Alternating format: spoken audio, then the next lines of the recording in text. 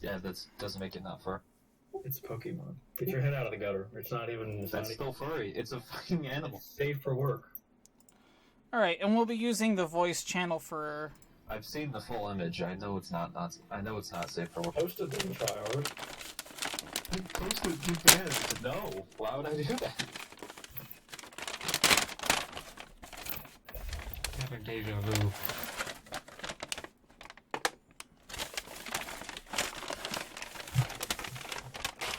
Alright, team, we ready? Does it matter if we say no? Where's the image? Kind of. I need to open it in a new tab so I can follow along.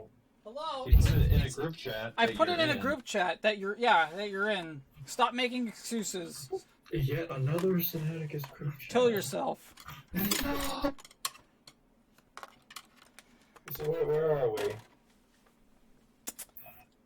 Oh. If you look at Sinaticus' stream, we're right on Shills Do It For Free in the Boson layer. The Boson layer. The bone film. Oh, I remember BP caused the Permian extinction. That was funny.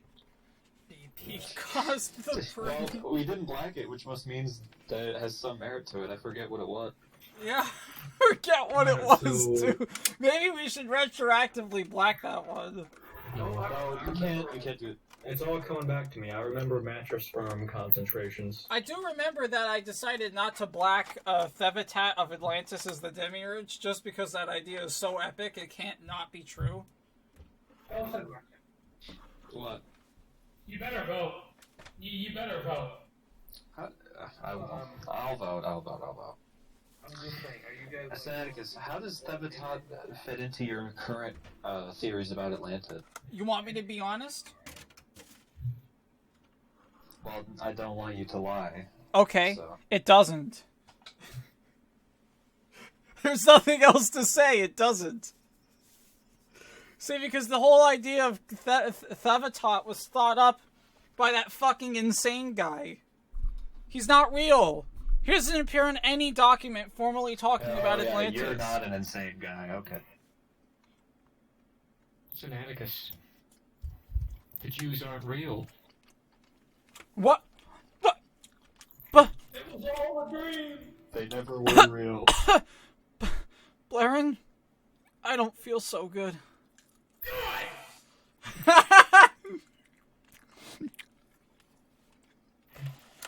Alright. There's nothing wrong. There's nothing wrong with wanting the Jews to die, right? There's nothing wrong. Alright.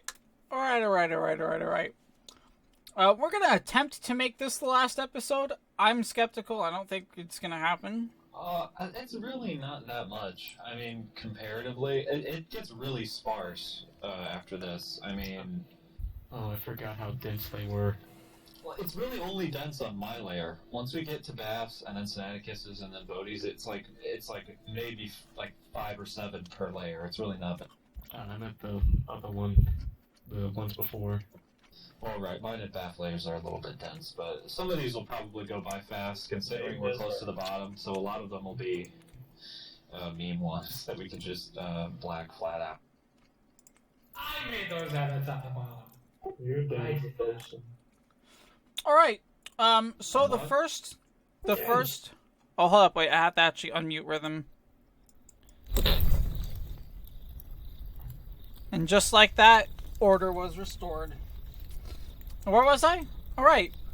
To kick off the final episode of Season 1, our first conspiracy for tonight is Shills Do It For Free. Oh, have we started already? Yeah. That's just blatantly false. What? I mean, I don't know, no one pays the Jedi. It comes from this belief that if someone disagrees with you, they're a paid agent from a company. Hold on now. I remember there was something along the lines of they're actually being paid employees. It's called the 50 cent army in China, and there are paid shills. Yeah, but this is unpaid shills. Well, hold up. But the conspiracy theory doesn't differentiate between... The conspiracy theory doesn't differentiate between paid and unpaid shills. It says shills do it for free, which means Yeah, some of them do. this is the unpaid shill they're talking about. But it is worth bringing up famous paid shill groups like Share Blue. Now they existed. And I would like to know how to get employed by one, because I would love to make money to just say wrong. God, I remember. Well, how about the days? Now, I want you to make this as a note of this. Baph has been shilling for McDonald's for how long? I mean, since You know, we've known as him. much as you think. I recently told Blair that their recent sandwiches are disappointing and, in fact, rather low. Oh, wow. Yeah, What a Wow! Wait, isn't the McRib coming back? Instead, I have moved on to Chick-fil-A, God's favorite company.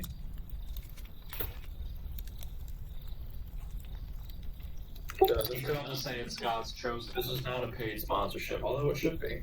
Are we allowed to say fag on YouTube? I remember the days. I'll have back you on- know that there's an Iceberg episode where the N-word is said, okay? So, Yeah. I said it specifically so he'd have to edit it out. It was really funny. yeah, I actually edit out all the swear words. So if you say anything, I just edited it out. What, all the swear words? Okay, I don't edit out fuck and shit like that. But, But like, you if would you... edit out things like cunt, kike, Stop! Ugh. just go down the list. But listen, I remember back in the day on Poll. Do you remember those days on Poll where, like, every time anybody posted anything, all the replies would just be like, "Shut up, Share Blue. Share Blue's really going in on this."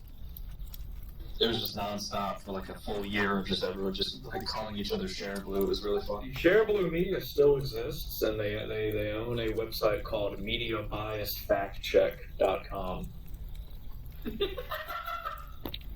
I wonder. Wow. Not to be confused with FactCheck.com, the slightly different FactCheck.com. Debunked. Oh, the American Independent. Okay, so do shows do it for free? Oh, They can, but they usually don't. There's no 50-50. Damn it. Alright, I guess we're keeping it. I mean, the only way you're going to get to the bottom of this is if you start laying out what it means to be a shill, and I don't think we want to do that right now. Oh, definitely not, no. Alright then. Next up on the list is Earth bigger than the Sun? Well, Take me away. Universe Today asked this question 10 years ago, so Yeah. I'm going to read their source. I mean, all you have to do is look up at the sky. Does it look very big? I don't think so. If you go far enough away that both the Earth and the Sun are the same distance, you'd see the real size difference. The Earth is indeed smaller. Why did they feel the need to write an article about it?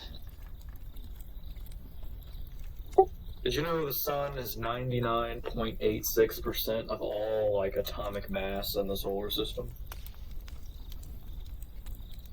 Yeah, I believe I did, actually. So not only does that imply Earth cannot be bigger than the Sun, it actually implies Earth is like several magnitudes smaller. Oh, hold on. That's according to, like, heliocentric cosmology.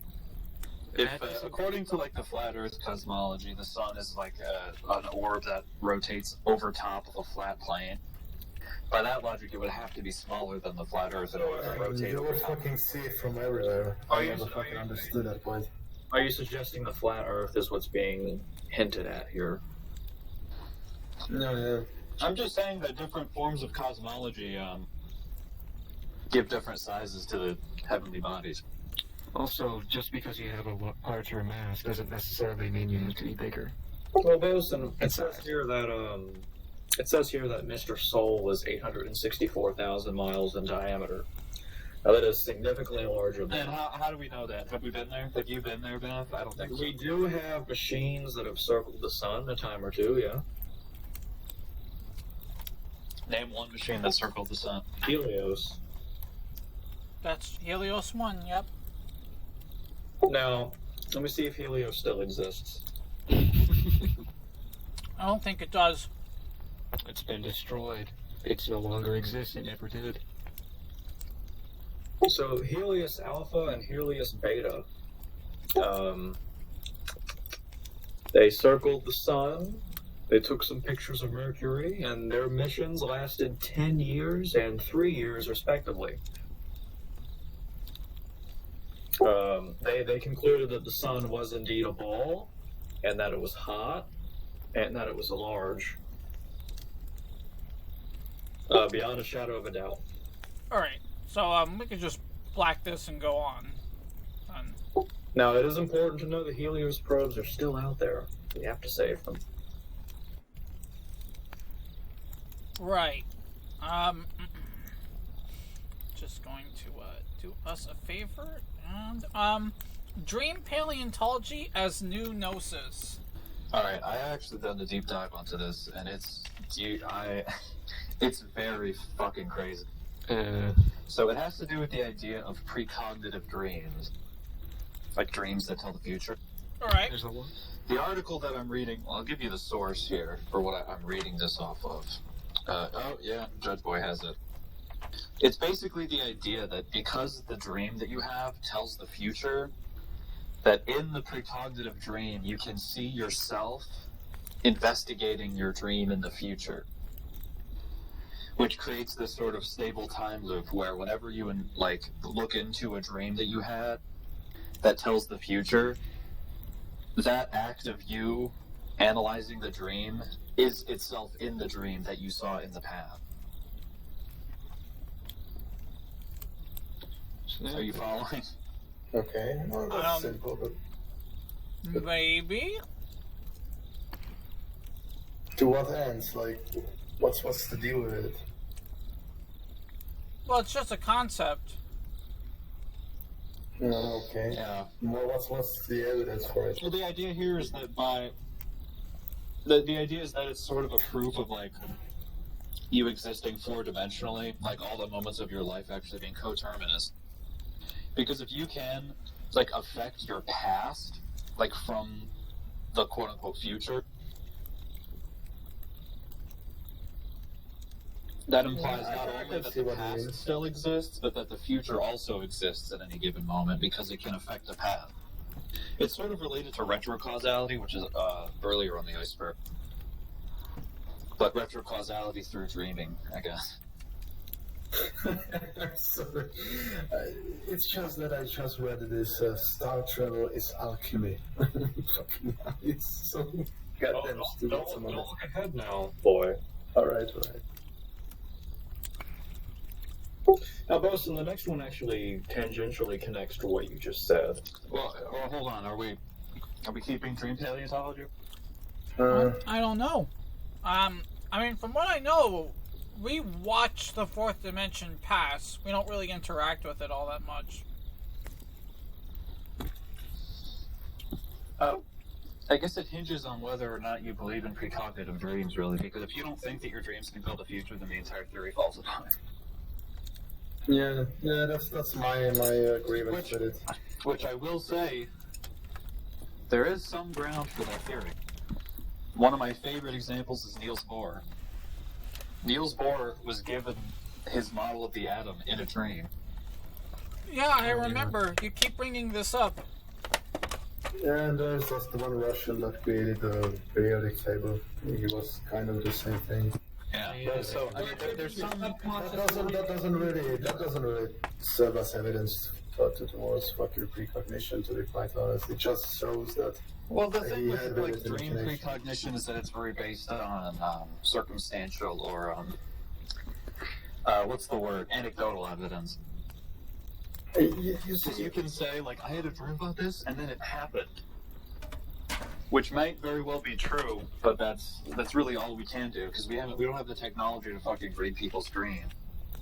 Yeah, that's the biggest problem with this, because even if precognition existed, the paleological side of it is just not testable. You can test if your dreams predict your future, but you cannot really test if your dreams showed your dreams and you testing your future. It's kind of a non-point. It's very obvious what the what dreams really are. It's just your subconscious brain continuing to think about what your conscious brain thought about.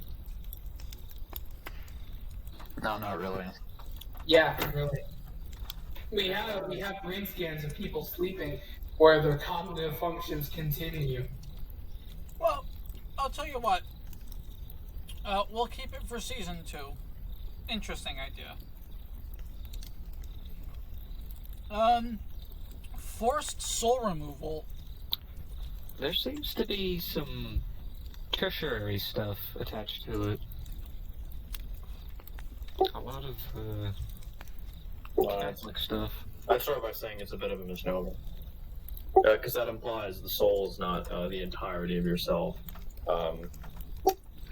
So the way this works, in most beliefs, the soul just happens to have a body, not the other way around. Your soul can't be removed without killing you entirely. So the question most likely, however, refers to esoteric likes. It might even be hinting at astral projection, which I think we covered at some point. Right.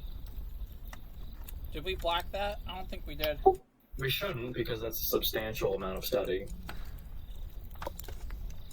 I would say it might also have something to do with the MKL to trauma programming, because one theory as to what happens during trauma programming is that in order for your soul to escape, like, whatever torture you're undergoing, it literally splits into different personalities in order for it to, like, retreat. I think I remember that. Yeah. I don't know if that counts as removal. Probably not, but I thought that it seemed somewhat related.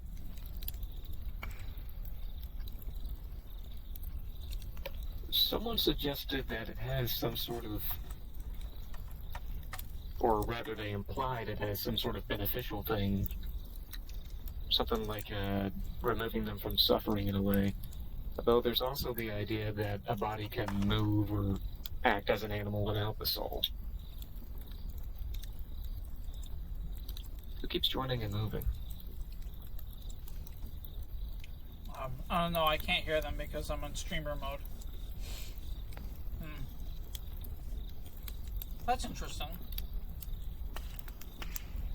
I have been waiting for this one for a long time. IKEA concentration camps, go. Meme. Nope, that's not. It's half substantiated, but not really. No. If you look at this Business Insider article, IKEA admits to using East German prison labor camps for manufacturing their goods. That's not a concentration camp, silly. Now, this is current year now, so I feel it should be mentioned that Wayfair can probably be attributed to some way to this. How so? Yeah, how? I was just thinking along the lines of slave labor camp. Well, there's more than one type of slave. Although, this Iceberg was made before Wayfair ever happened, so we should probably address Wayfair at some point during this episode. Oh, sure. Well, for this one, though, what seems more topically related, there's a lot of, and because of their history, there's a lot of European businesses that have a history of doing bad things and then hiding it. We're not going to go into detail, but I would like to give a shout out to the producers of aspirin for running Jewish slave labor camps to make their pills. They still exist, by the way. They're called Bayer. Give them an upvote. No, yeah, Bayer is pretty fucking huge here, at least in Central Europe. All the beauty products that are made from foreskins, thanks, Israel. I wonder if Bayer has a hand in that. I mean, you could also blame people like Hugo Boss for making Nazi fucking uniforms. That isn't such a big deal, but I'm not talking about that. I'm talking about like the company ran labor camps that it sold to the German government later. yeah, I can see it. I can see that being a problem. On the other hand, companies are not like states. They don't really belong to Well, you're right. They are. They belong to specific people, so I don't really see that big of a problem of those companies still being around. Maybe people in the higher ups should have been punished, but it's interesting history. yeah, I agree. Ah, it's 2 for 2. Yeah, on in being short, true. IKEA, concentration camps. Yeah, European businesses do bad things. What else is new? All right, here it is. Paleolithic deep state. This one's almost indisputable.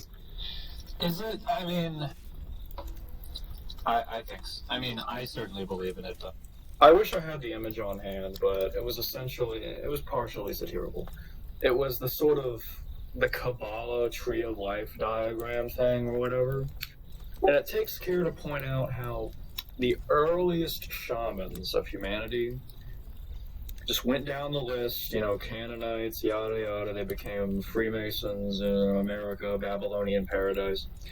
The theory is such that since the beginning of civilizations, there's been a small fraternal organization that runs things. Now, they're not the only ones that are in on the shit, but they're doing the shit, you know what I mean, bro?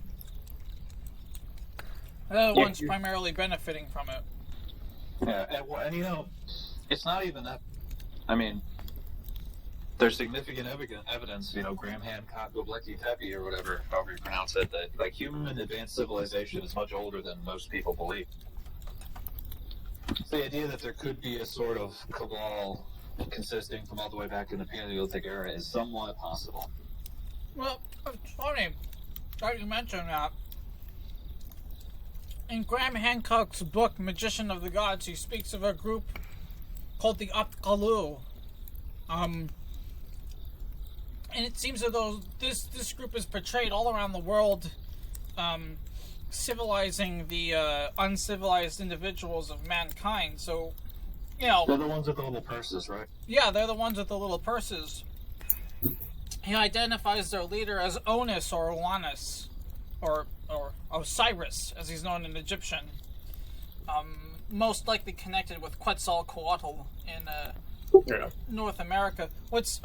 South America. What's interesting is that Quetzalcoatl isn't native to South America. He comes from the ocean.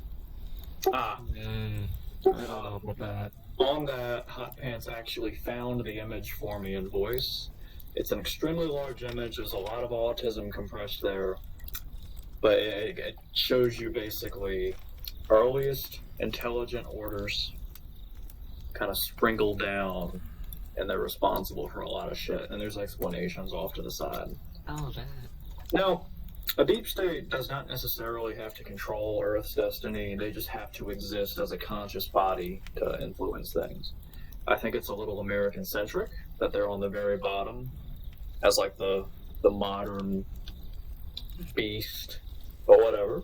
I still like it. Now, Sinaticus, how does it feel being ruled over by Canaanites in 2020? The only Canaanites that are still walking around are the Lebanese, and they're underneath my foot. Not ethnic. No, yes, ethnic. The Lebanese are outside of your purview, Sinaticus. Culturally? I mean, shit, you are right. The fucking Bohemian Club and that Molech shit. Like Moloch, that's probably the oldest deity the oldest fringe deity that's still respected on the down low. Only by elites that are crazy and are running a child trafficking program. No, and why do you think that is? Why of all deities is Moloch like the one that like crazy fucks hook onto? Blood.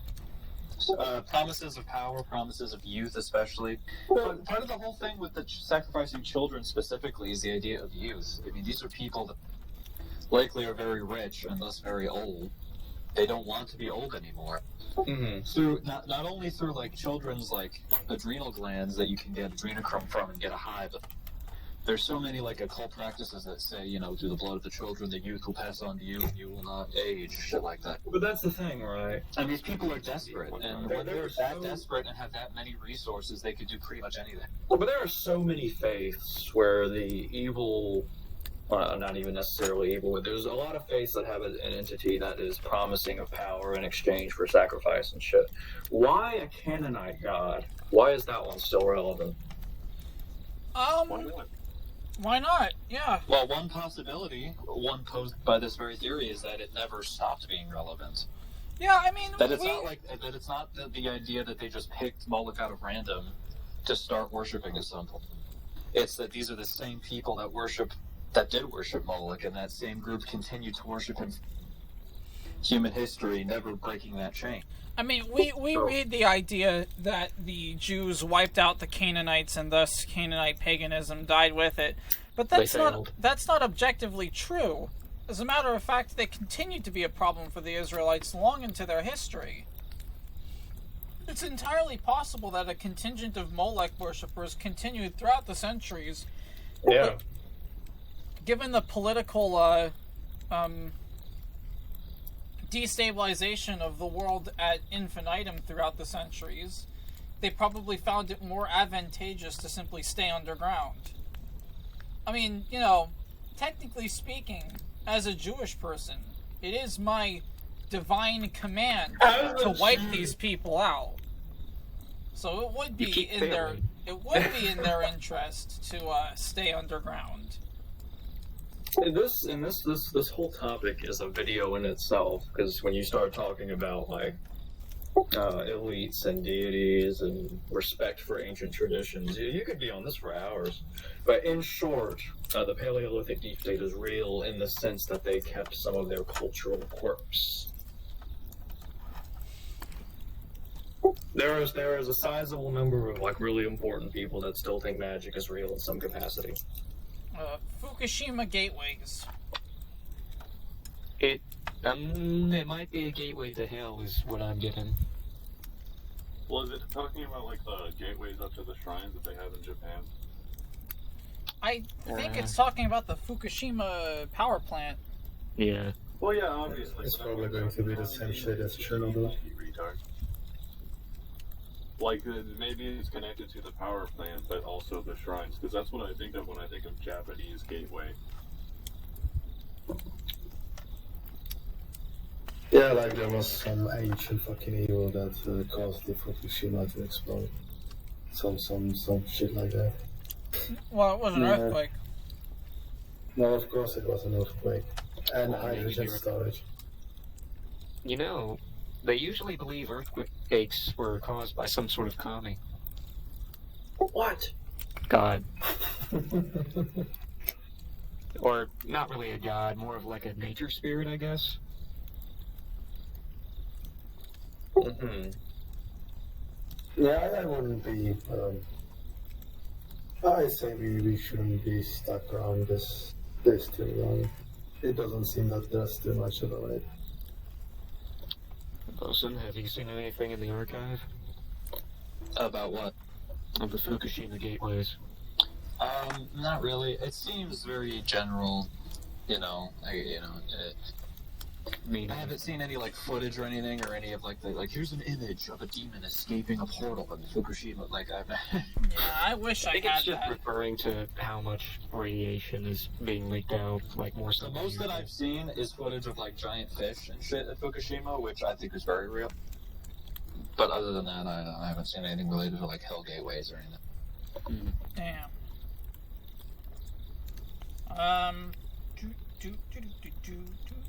Where am I? Memphis rap sigils. Good stuff here.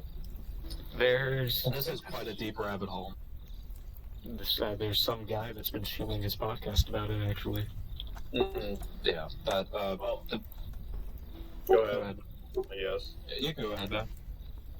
Well, Memphis rap sigils is, I'm not sure where the sigil part comes in, but it directly refers to, allegedly haunted tapes created by, like, low-key artists at the time. Correct me if I'm wrong. Memphis rap or Memphis horrorcore is a particular type of genre. Yeah. It's So from this like is- the 1990s or something. This is it's a documentary style subject here because to know like what they mean by haunted tapes or haunted sigils. Memphis was like really, really, really bad in the 80s, 90s. So there became this subgenre of rap exclusive to Memphis that was supposed to be like really spooky. Ironic, one of the most famous artists was DJ Squeaky, but they would take samples from horror films. They would make it really irritating. Well, and then there's all the rumors where it's like, you know, like, oh, the scream on this album is actually real. They recorded it while ritualistically murdering someone. Yeah. But, you know, if you look into some of this, there is some weird shit going on. There are a lot of people who think that the rap group Children of the Corn were actually the real people to perform the West Memphis 3 murders, if you've ever heard of those. Oh, those guys. I've never heard of him. I feel like we've been over this with you before, Sinaticus. West Memphis 3? Well, we're fucking 16 episodes in. Do you expect me to memorize an entire day and 14 hours worth of content? I wasn't talking about the Iceberg. What? Sinaticus, we're talking about tapes. Right, but like you said, that was connected to those murders, and I said I've never heard of him.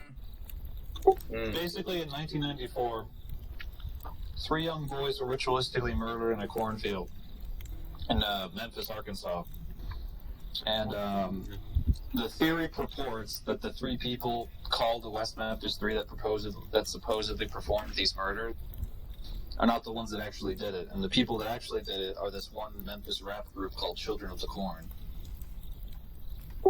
It's a plausible theory because a lot of these tapes were just made by small town gangs. Right, right. And Memphis was really unsafe. Oh, yeah. Gang activity is another big part of it. So this could be its own video because there's a lot of tapes that you can listen to on YouTube. There's a lot of subgenres that can be covered. It's definitely worth keeping. And, you know, just all you have to do is like look up some of these album covers, and you can be like, yeah, okay, there's something weird. Well, all that coming up in season 2. You don't sound too enthusiastic. This is my favorite album cover because it's a grainy ass picture of a guy with a gun. All right, we're This doing picture was pretty actually good. taken at the scene of a murder.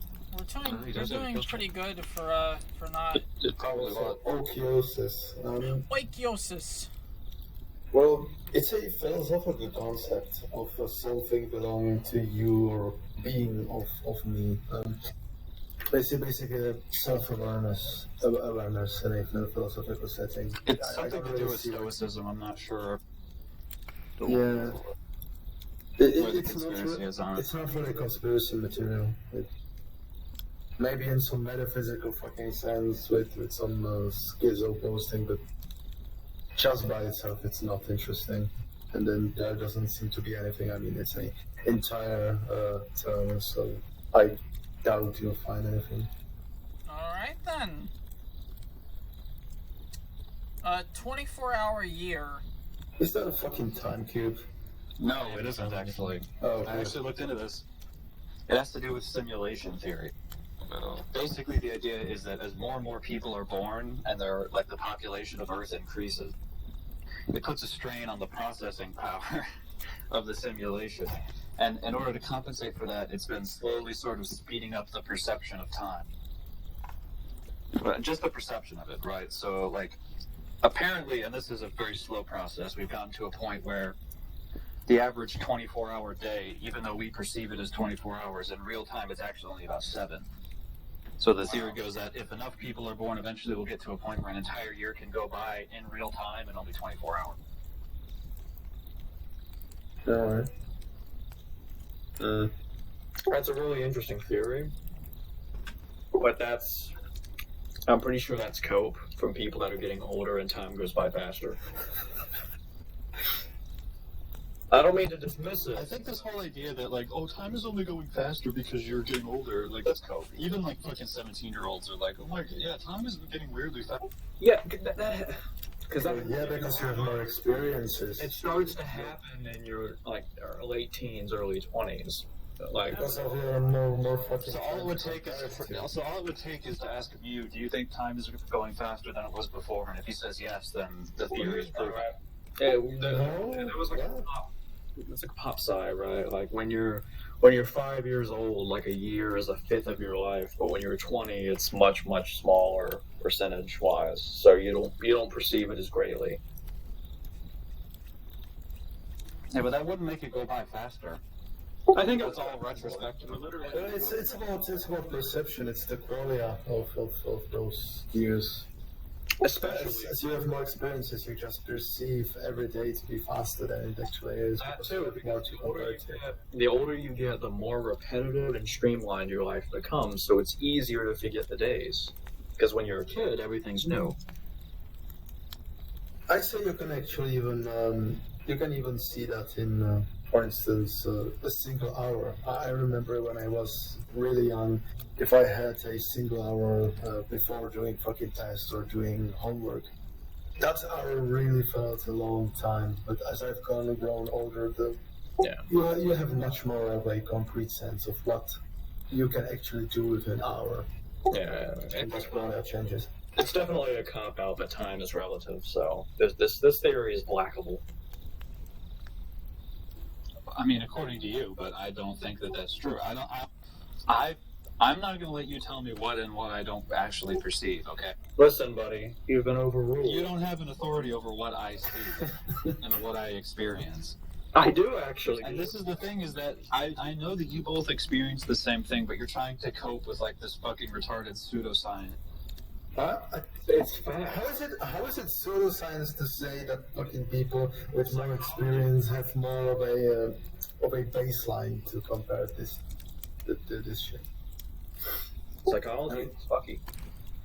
It's cope pseudoscience. We're moving. Is it a more cope pseudoscience than saying that more people on Earth just makes fucking years go faster? Can we just no? We just move on because Boson's intentionally slowing down this topic. The passage of time is decreasing because of Boson.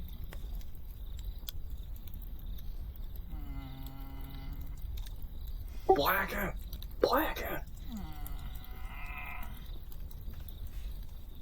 It's connected to other things that we haven't blacked, though. Like simulated universe. Just block out that single thing. I don't care. What? Skin equals alien parasite. It's nothing but a writing prompt. No, it isn't. Yes, it If is. you look up endosymbiotic theory for organelle origins, it posits that plastids and mitochondria were once free-living prokaryotes and became organelles of eukaryotes. That's just evolution. That's not an alien. No. Basically, the idea is that skin was originally a separate being, but there were mutual benefits to the human and the skin when they lived and worked together, so they evolved to become Yeah, thanks for inseparable. telling me origins of mitochondria, but how the fuck is that alien parasite? Yeah. Well, alien just means, like, not of, like, your biology.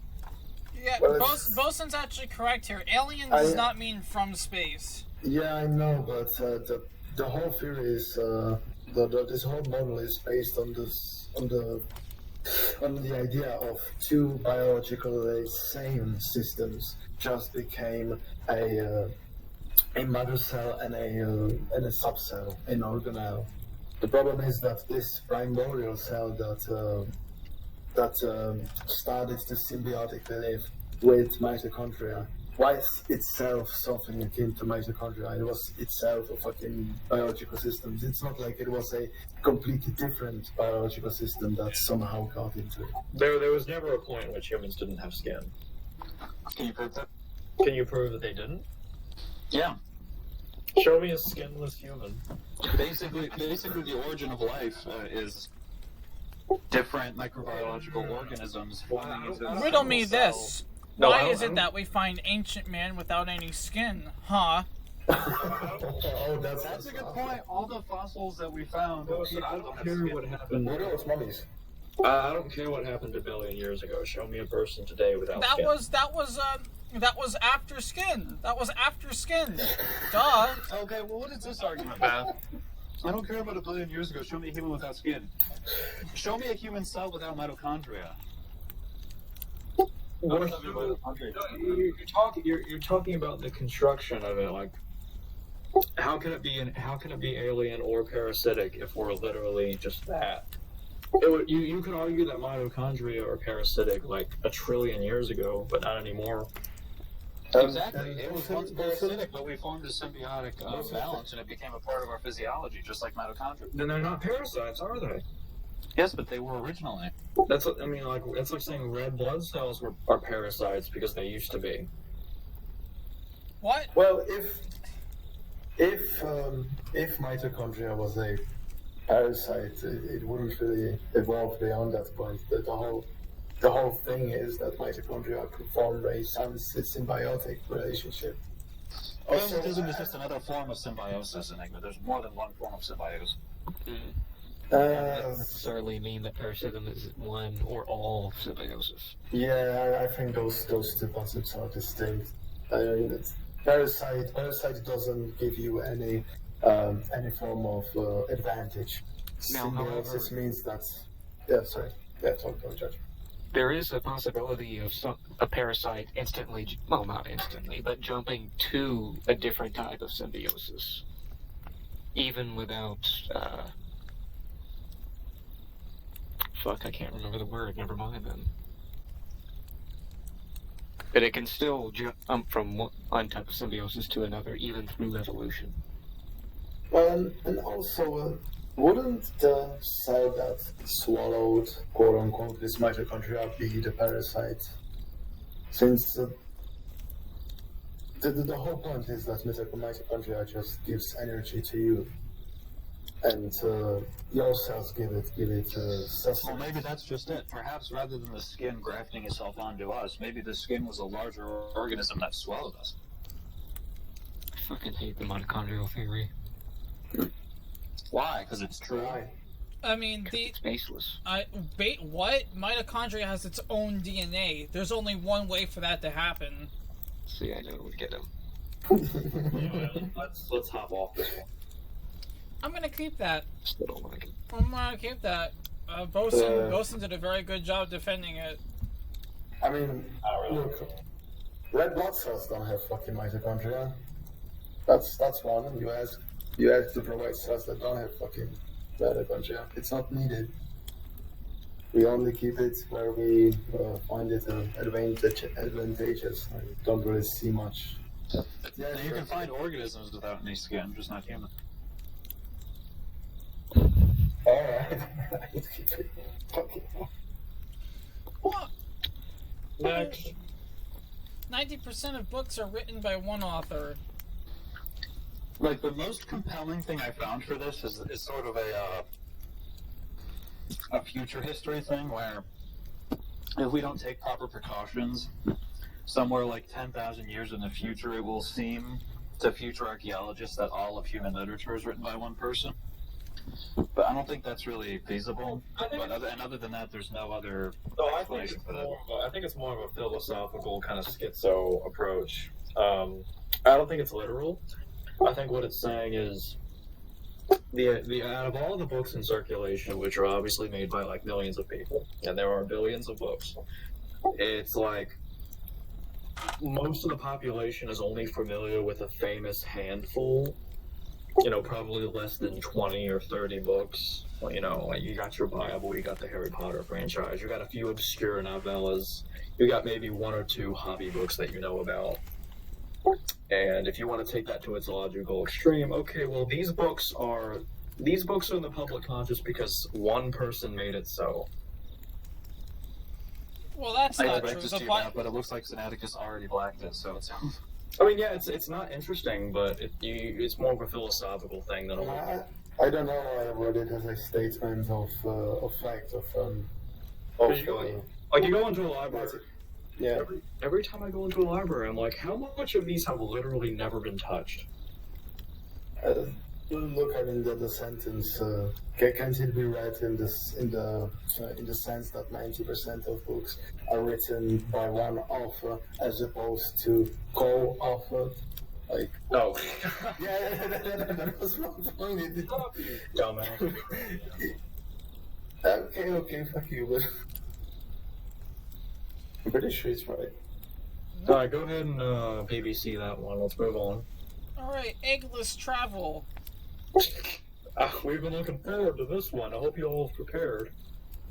I was hoping one of you would pick up that one because I don't know.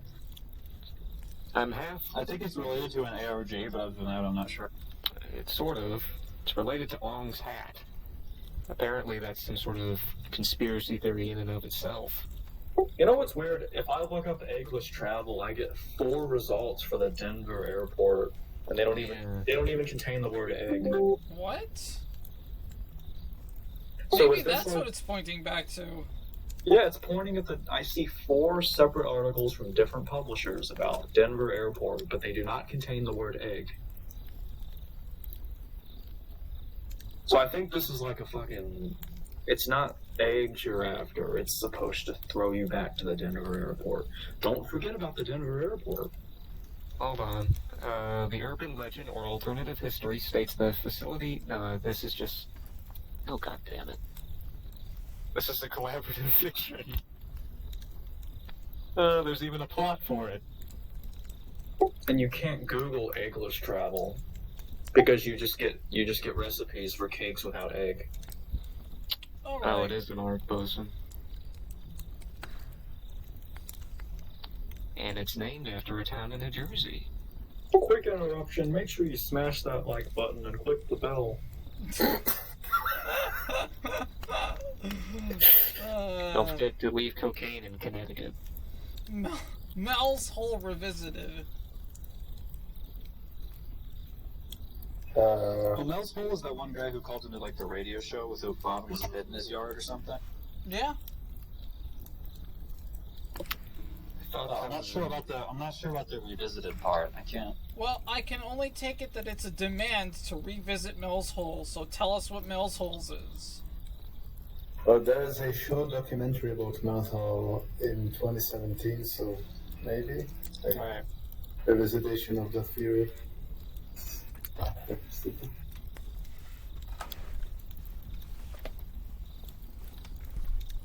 Apparently, shortly after it was called a radio station, the U.S. government bought the property, so Yeah, it's a there's got to be military hole something now. It's a military hole.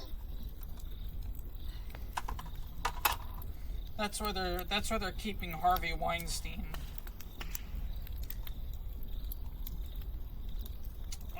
Phantom hang gliders, Mount Everest. Is this talking about how a fuck ton of people have died there, or are they talking about like autonomous hang gliders? I would imagine they're talking about autonomous hang gliders, as typically that's This what's... refers to an anecdote from Frank Smythe. Person that climbed Mount Everest. Apparently, while near the top of Mount Everest, witnessed like hang gliders fly by him, which is impossible because it's near the top of Mount Everest.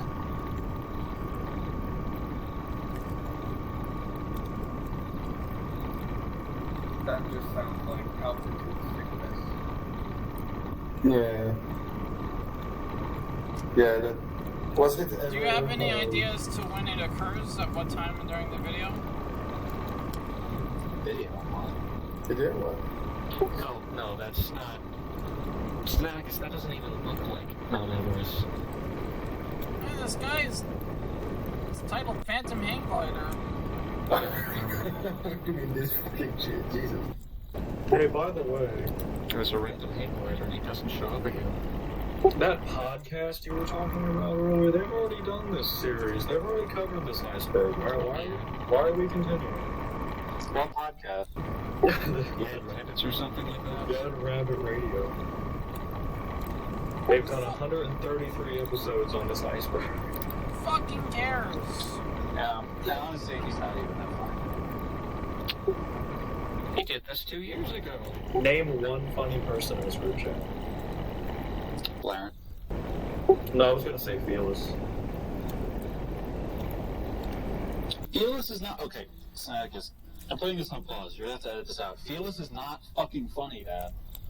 Yeah, Why do you continuously shill for this fucking silent poster that doesn't do anything, or say anything of interest, or of meaning, or of anything? If you're gonna yell at Felix, you're gonna have to yell at McMazing. He is here. Okay, fuck you, McMazing. No, McMazing's important. When we were talking about the Memphis rap tapes, he chimed in and pointed out that there is one borough of Memphis in particular where most of these originate. He's useful. Why didn't you mention that? I didn't notice until now. I guess Fearless isn't as useful then. Felix, say something smart.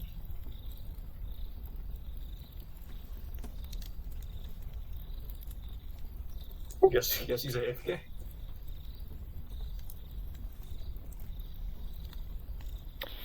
I'll be back. I gotta go real quick. That's fine. Yeah, this. Are we still on the fucking hang gliders? No. Yeah, No, we're moving on. good. Bam! Maguria Afterlife. Bam Margera is a popular actor on the show Jackass, not Kick-Ass, Jackass. Apparently he has an anecdote where his good friend Ryan Dunn, who was also a member of Jackass, he died. I'm not sure how. At some point Ryan Dunn died. But according to Bam Margera, he was like driving in Arizona in a completely different place. But at the exact time that Ryan Dunn died, he's like started freaking out and he like crashed the van that he was driving. And he didn't know why.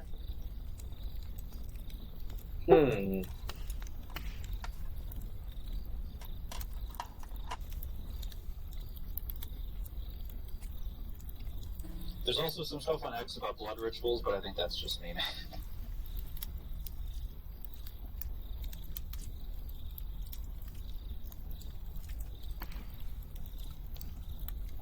Are you questioning the based Anon posters from X? I'm not questioning, I'm just saying that they're me. Which they are known to do. Well, I think we can move on from this one. Alright. Autistic water. Now, this ties into a psychological phenomenon. Children on the autism spectrum are particularly drawn to water. Its sound, its touch, and its appearance. Now, why are autistic children so attracted to water? Who knows? Maybe Are it's they? calming. Give us your take. Are they attracted to water, though? I mean, that's not something that I'm aware of. Apparently there's numerous studies, so much so the Autism Foundation has an entire section dedicated to water safety around autistic children. Wouldn't that That's just be probably because they're most autistic? children can't swim.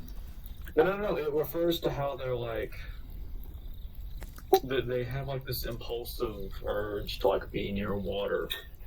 Yeah, they might drown themselves, but they may like touch it, and they. All right. So why is that then? Well, there could be a spiritual explanation or a mechanical explanation. They might be trying to kill themselves subconsciously. But why choose water? You know what I think it is? I think it's because autism is a genetic disorder. And so when you have autism, it's sort of like your genes are in a more primitive state. And it draws you to water because human beings were once aquatic apes, according to the aquatic ape hypothesis. And so autistic children are drawn to water because they're closer to our aquatic evolutionary roots. Have you ever seen that like mockumentary on Discovery about the aquatic apes and shit? It was funny as fuck. I mean, the water ape theory is fucking fascinating. It is. What if autism is our loose connection to that? You know, humans are like the most webbed ape on the planet, which is weird, seeing as to how we're one of the latest. I mean, that doesn't bother you at all? What if we're the sea people in the literal sense of the word? Sea monkeys. Going a little too far off the edge there, Baph. I'm gonna have to censor you. Nonsense. I think what happened is our perception of history is skewered. I think we came out of the water and genocided the Homo erectus European empires. Good. Fuck Almost. Baph. You need to pull it back. Alright then. Vatican moon base. I've got nothing on this one. Any of you want to pick it up? But it's juicy! It is very juicy, but I got nothing. I mean, fuck, if the Vatican had a moon base, I'd convert to Catholicism. I've killed myself. This might be like a hyperbolic thing, where it's like, the Vatican obviously doesn't have a moon base, but they might be hinting that the Vatican is more powerful and wealthy than we might know. Alien moon base found in Vatican lunar photo. Experts claim. Okay, wait, I'm going to fucking post. What the fuck? Maybe that's what it's referring to. It's from 2019, so I don't Oh think yeah, so. not possible. According to Scott Waring, an infamous UFOlogist who owns the website ATD Database, he has found 100% proof that there is an advanced alien camp or a moon base situated on the lunar surface.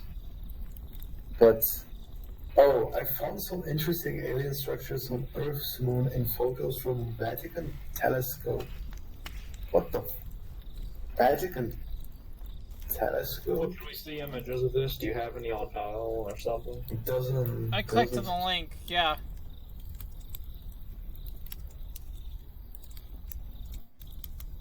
He has found pictures and you're gonna actually click on that. What a load of nothing. This is people getting, like, shadows and shit. I mean, it's the same thing with, like, the Martian skull, where it's just light off rock. This is even worse than that. That actually looked like something. This doesn't look like anything. It's just fucking blurry image. They were colored a different color to make people notice it. Yeah. Yeah, that's like with that pyramid on Mars. You don't need fucking yellow circles to really notice that. Yeah. Meat solutions and meat trading. It's like a cannibalism thing. Meat solution? No, meat station, Sinaticus. Yeah, like, is this a cannibalism thing? Probably is. I feel like somewhere on Earth you can buy human flesh. Certainly. Like, that has to be a thing. That's... It's probably something in Asia. South you know, America, those freaks perhaps. will eat anything. I mean, shit, you could probably get it in Los Angeles. In Chinatown. So, like, no, not even. I mean, if you buy into the whole Moloch cult shit, then yeah, they probably eat the remains. You never know. I'll tell you this, though. Reminder that cannibalism is not illegal. Just the act of killing somebody is, if you sign a consent form, it's allowed. Not necessarily. It could still be considered desecrating a corpse, even if they agree to it. Well, it's not a corpse. If you're alive, it's not a corpse. Well, if they're eating you and you're dead. Well, Yeah, no, that's that's a a need that you can remove from yourself and not die. Two live humans feeding on each other through medical processes, that's legal. Yeah, they even did They that. could probably pin them on something. No, they can't. It's been done on television. Yeah. In the United States of America, Yes. people eat No. each other alive. I don't know about America. Maybe it was done in America, but I know it was done in Europe. You can Well, purchase. Europeans are fucking freaks. I don't know. Hey, if you know someone who's willing to do it, and you take all the precautions, because there are instructional guides to safely preparing. Hold on. There are safety. I got up for a second. Is Baph on his whole like defending cannibalism shit? Yeah. I was just saying there are books you can buy that tell you how to safely prepare human flesh. So someone's Yeah, doing. there are books you could buy called How to Bomb the U.S. Government. Nice. Yeah. It was written by Alex Jones, right? I don't think Alex Jones would bomb the U.S. government. No way, it was He definitely would. Oh, it was Sam Hyde. He wrote it. Who? Wasn't that the school shooter guy? Jackie been responsible for every mass shooting in the U.S. for the last 20 years. It's disgusting. Much. Entity merging. Apparently, it's a concept in computer science. I'm looking a bit more into it. What the fuck is this? What iceberg is this? The one that we've been doing for literally a year. Is it at least I don't know what it is. I've never heard of it. is it at least the very first iceberg? No. The very first one was done solo by me and Baph. 9/11 Half-Life. It apparently means, it's a coding term where two different sets refer to the same object. This can also be done in quantum physics in a theory known as quantum entanglement. What?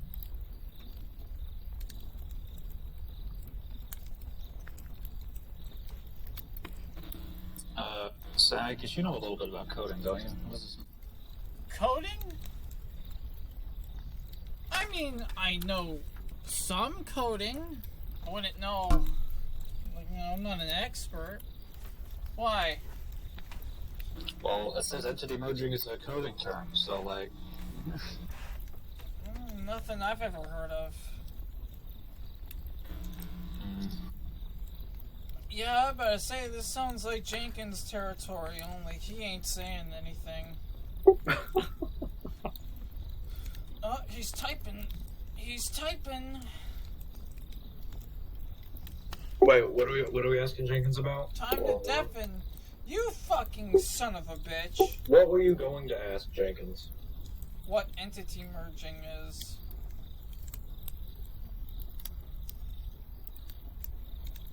It's too big. Alright, he's got it. Too big. Too vague. God's second son. Check this out. This headline made me laugh. Look. Dave. History of God's forgotten second son, Dave. Yes. Dave. Christ. Hold on now. Because I'm going to read it. This comes from Waterford Whispers News. And, this article was posted last year. Born just 2 years after his brother Jesus, David Christ is seldom afforded more than a footnote in history books and religious documents. Known as Dave to his handful of friends, private diary entries of the younger Christ brother were discovered in the late 1950s, but covered up by the Vatican officials, who felt his existence could lessen the unimpeachable reputation of God.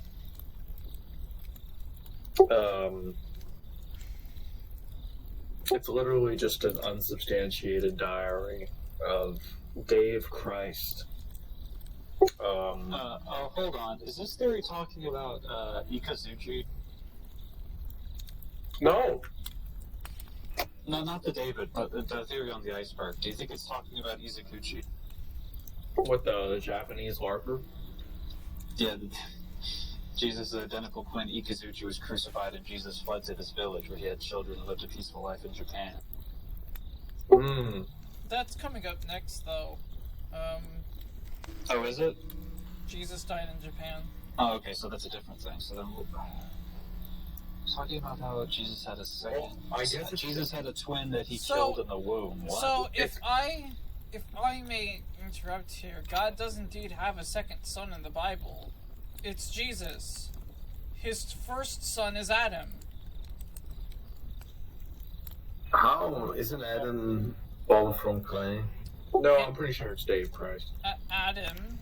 Adam's father is God. His mother is the ground. Okay. Yeah, sure. If you want to get this technical. But it's not theory. I mean conspiracy theory at that point. It is just semantics. Alright, hold on. So, unless the conspiracy theory is, like, trying to refer to something else, it's a technical accuracy to call Jesus God's second son.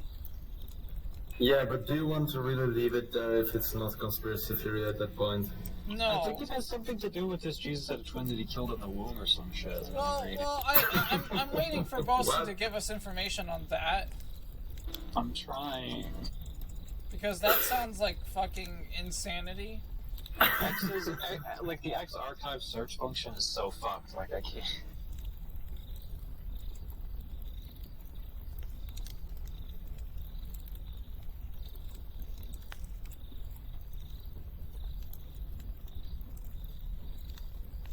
Oh.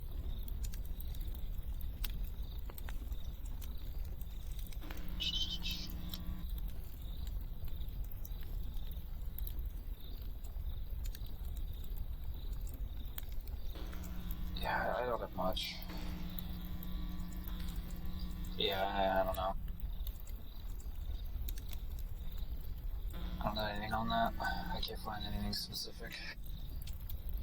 Well, I guess we're just going to rub it out then.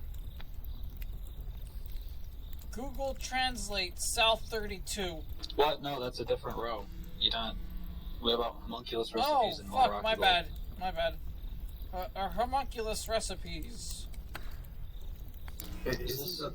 Referring to that one, like, Russian YouTuber that, like, injected his sperm into an egg? Yeah, that was my... Yeah, but that guy keeps moving the goalpost. What do you mean? I mean that if... Before he died, because that guy's dead now, before he died, people kept asking him, how are you doing it? How are you doing it? People would speculate how, and he would keep moving the goalposts as to how to do it. He'd keep making up excuses as to why him and him alone was capable of doing it. Didn't he eventually end on, like, he's getting special chicken eggs from a special farm, so it's not even relevant to anybody else, because for all they know, those are homunculus eggs? Yeah, so essentially, apparently, only that guy was ever really capable of making homunculi, which is code for, it's fake.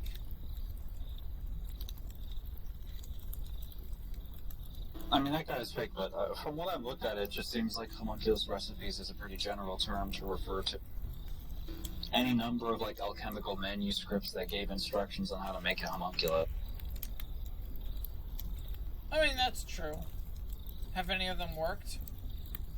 No, you need to show If you are Jewish and believe what happened in the Bible, then you must believe in golems, right? I mean, that's pretty much what a homunculus is. Golems don't appear in the Bible. They appear in Jewish folklore.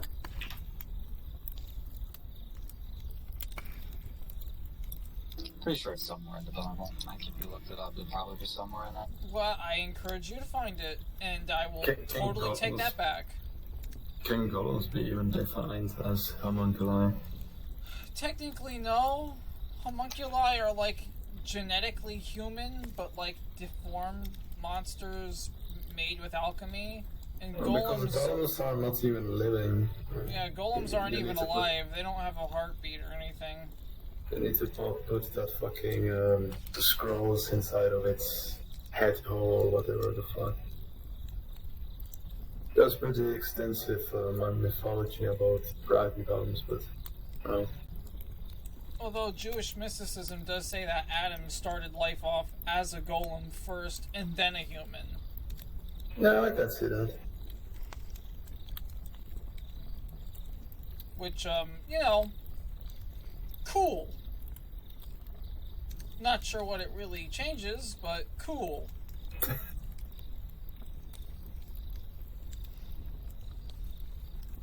Alright, so Well, we're gonna keep it just because it's alchemaic. That stuff's Okay. cool. Moraki boulders. Alright, well, since you have a video recording, what I urge you to do right now is just go to Google Images and look up Rocky boulders. And you'll be weirded out instantly. Are those moving boulders? There is some sort Oh my of god! moving, but Is that my mother? Wait, what? I need to fucking search it. I'm kidding. There are these weird... That is pretty weird. How did that... What?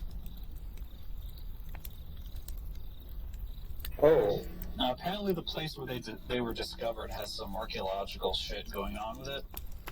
But that's explained in a Telegraph article, and apparently you're not allowed to read Telegraph articles without signing up, so I couldn't read about the archaeological discoveries. I'm not doing that. there's another article I just stumbled upon, if it actually opens up. Hey. But the thing is that, like, even the broken ones, like, these are all spheres. How? What?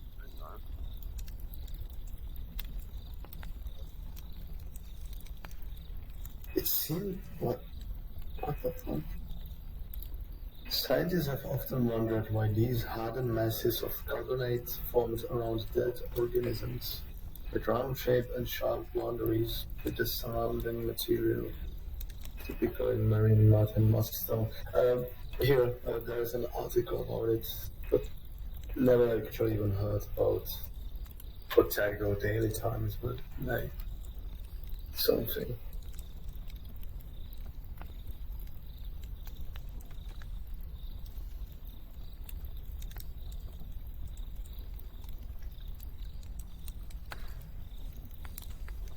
Until now, the formation of spherical carbonate concretions was thought to take hundreds and thousands of years to hundreds of millions of years.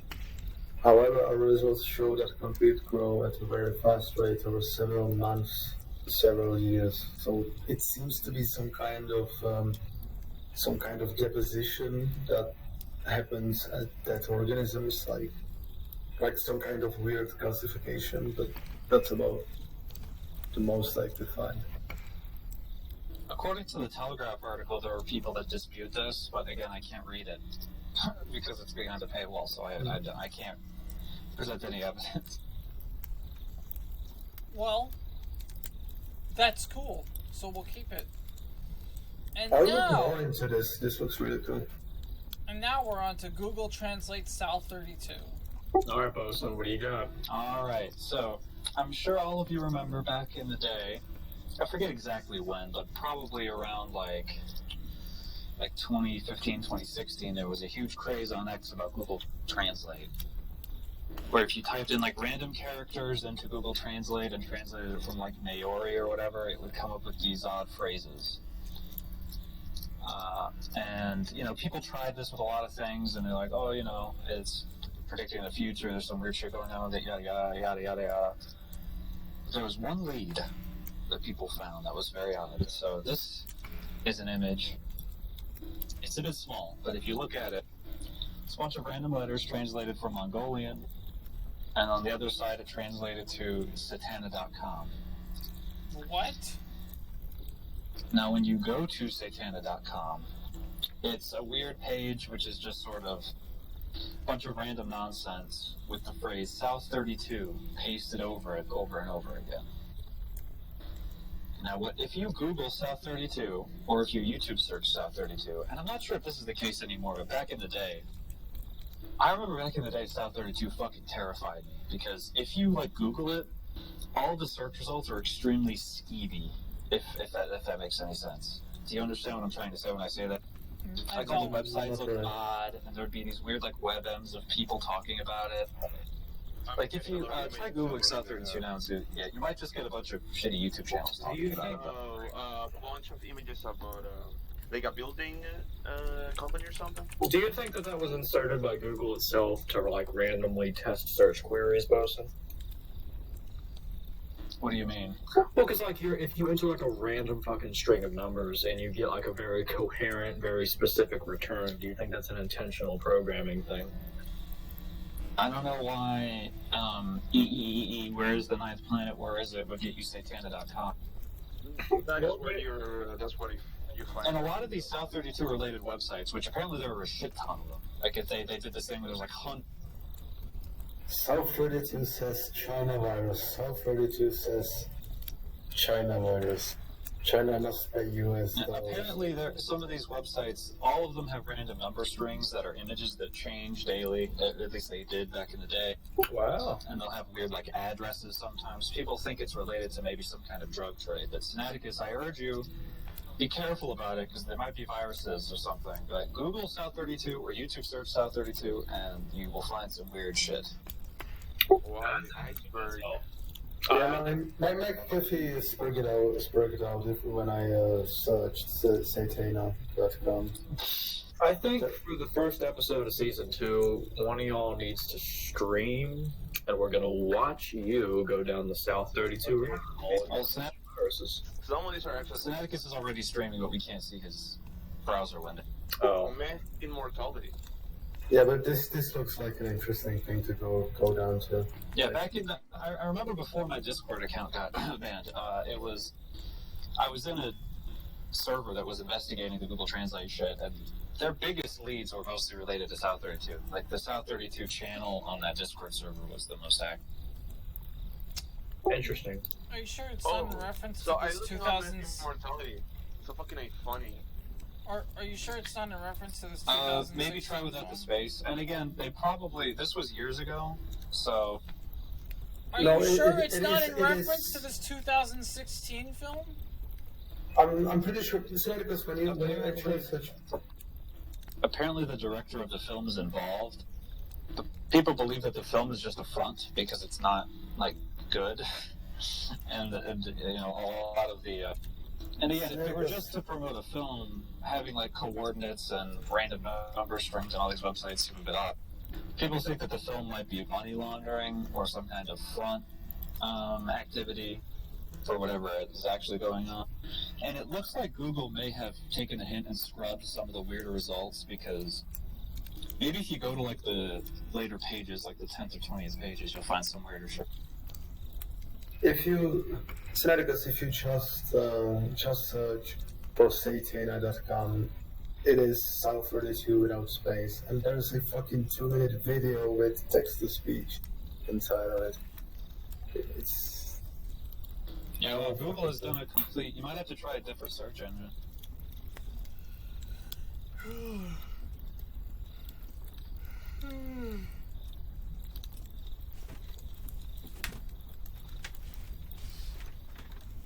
Oh, this deeper dive would be reserved for season 2.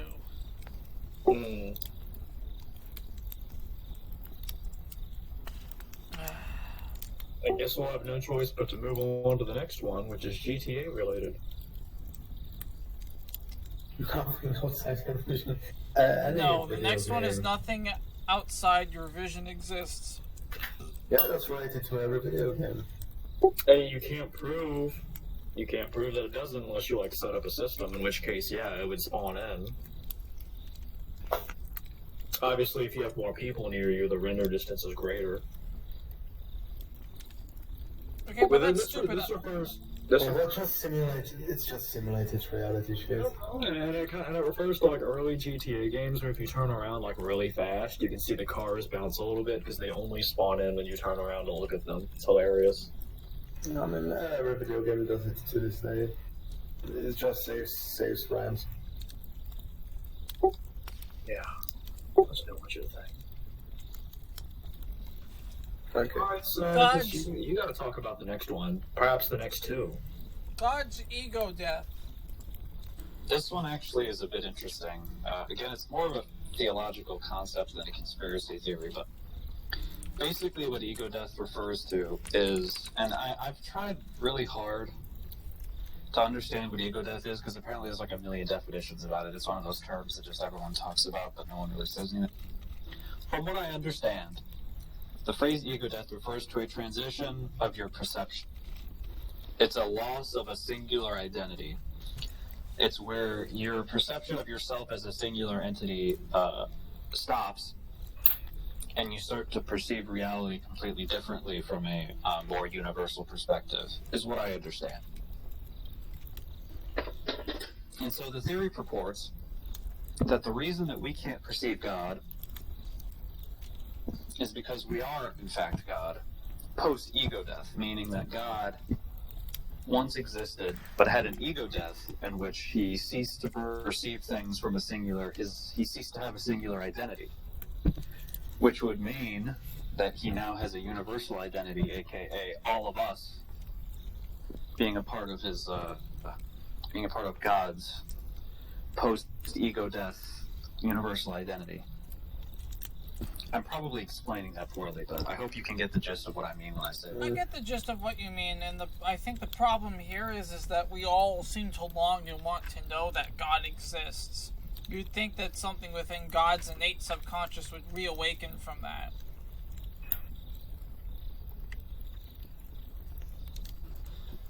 Apparently ego death is irreversible somehow. Well, not if you're God. If you're fucking God, you definitely undo it. Come on now. Don't be so fucking stupid. And there are a lot of different versions of ego death, but I'm pretty sure there's another one on X. There are a bunch of theories on X about it, but I think the one that makes the most sense to me is going from the basic definition of ego death, which is this complete loss of subjective self-identity. Makes sense. Interesting. Oh, I didn't mean to, I mean, obviously I disagree fundamentally, but that's not good grounds for me to black it. Right. The spermophagic roots of Christianity. Alright, Baph, you're up. What do we got? Hold up. Let me read that again. Spermophagic? First, I'll need a definition of that. Can you use it in a sentence? Like, when I hear that phrase, it seems to me that they're like, you know, Christianity is like naturally occurring. But that's probably not what they're hinting at, so I might need some assistance here.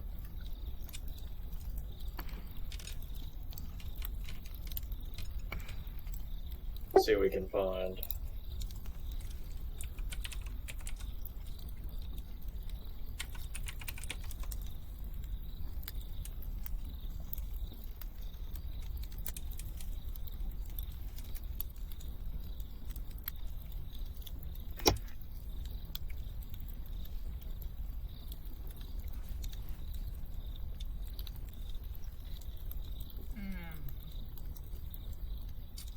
Funnily enough, the second thing to come up over spermophagic is Jewish Christian. Uh-oh. Well, Baph, you know what spermophagic means, right? No, I said I didn't. It means drinking cum. Then I don't get it. Yeah, I don't I genuinely can't find I don't either. to be going.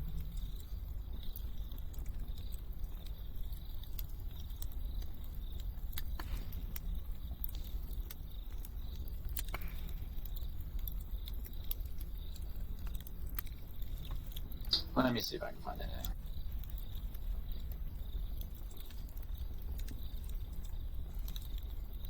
Freddie, also known as Chad, said I can be spermophagic. I know that, like, phage means, like, bacteria or virus, and sperm can also be used to refer to, like, an origin rather than, you know, literal sperm, so maybe it's trying to stay its origin slide some kind of infectious thing? I don't understand where that could be. Well, ideas are parasites, so... So it's saying like a meme, but it's not saying mimetic, it's just saying spermophagic for some reason. Sounds like it. Oh, well, hold on. There's a thing that says, and this is a conspiracy theory reminder, Christianity as a religion has a pagan root to the practice of spermophagia, or the ingestion of semen. Semen ingestion was common among the Canaanite cult of Baal, as it was eating the flesh of God. The Eucharist can be theorized to stem from this practice. So it's basically the idea that the Eucharist, or consuming of the body of Christ, is originated from pagan ideas of like consuming the flesh of God through spermophagia. That's assuming that Jesus meant it to be literal, which he didn't. This is once again connecting us to the Canaanites. I can't believe it. You see, back in those days, the phrase, "This is my body which I give unto you," was a wedding proposal. Young Jewish males would hand over a cup of wine to a young Jewish female and say the line. the giving of the body of Christ is not meant to be taken literally. It is a double meaning. He's asking his disciples to come along with him and be one. So, you can only really think this is true if you're wholly uneducated on Second Temple Judaism. You know what it sounds like to me, Sinaticus? It sounds like a pagan LARPer who keeps getting made fun of because the pagans would literally like drink cop. And so he's like, well, actually, he looks up like Christian practices and he sees like the Eucharist and he's like, they're eating the body. Well, actually, the Christians also drink sperm. Well, you're basically just drinking his sperm. Actually, it's only the churches that do this. The apostolic succession churches, like the Catholics and the Eastern Orthodox. Every other sect takes it figuratively, because you can't have a sane mind and think it's literal. If you remove yourself from like what spermophagia apparently means, the phage meaning bacteria and virus, and sperm meaning to sow could be interpreted as it saying it's spreading disease. I mean, yeah, but that's all religion. Iceberg psyops. You're part of one. Oh, we're an iceberg psyop. Yeah. We're keeping that. Retro casual cosmic abortion. Alright, so the only thing that I could find on X about this that really makes sense, it's not, the word cosmic just refers to it being a universal phenomenon. The idea is retrocausality, being that events in the future affect the past. The idea is that when people miscarry, it's because their babies are being aborted from the future.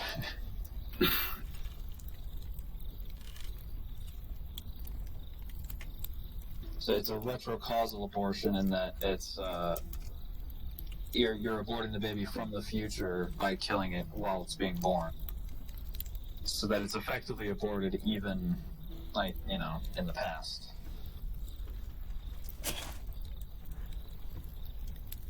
Right. Now, I could be wrong about this because the word cosmic might play a bigger part in it, but that's what I found. That's what my research gave me, so I don't. American flag encryptions. As far as I can tell, this is actually relating to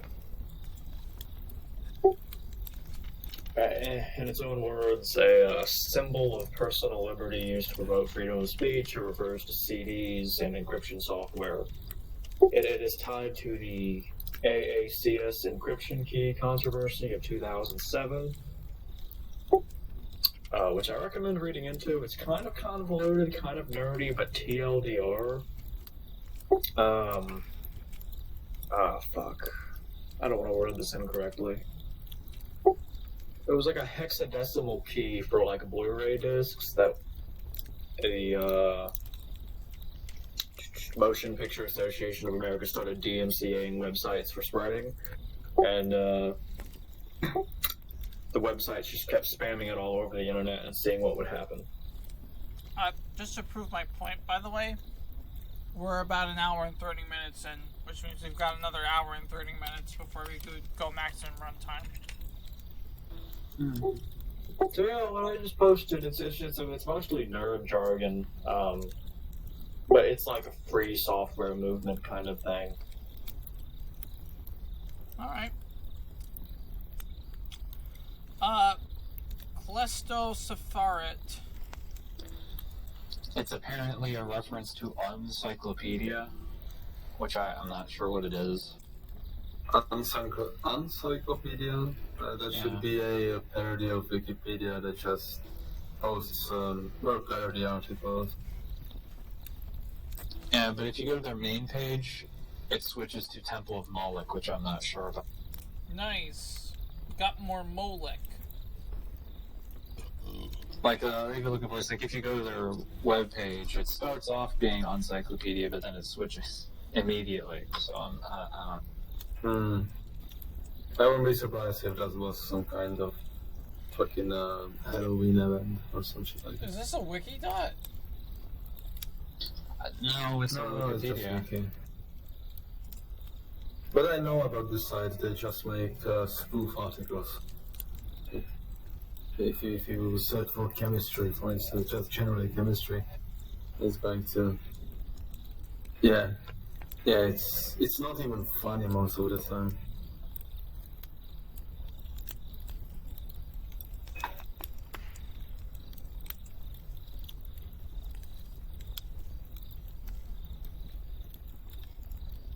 We aren't to that one yet, Sinaticus. Well, this is fucking boring. So we're just going to yoink. Inverted humans. I just get a bunch of, like, PubMed articles, like, human inversions and their functional consequences. Apparently it refers to cave paintings, which depict inverted humans even when next to right-sided up animals, but I'm not sure what inversion means in that context. I'm seeing chromosome editing, I'm also seeing flipped faces. It's also an album.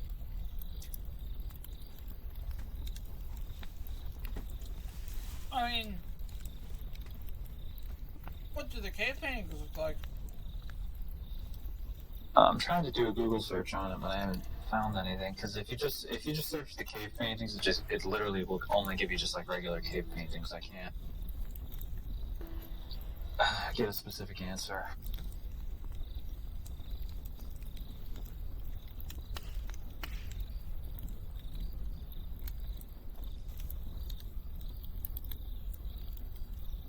I mean, in that case, inverted probably just means upside down, right? Which is a bit weird.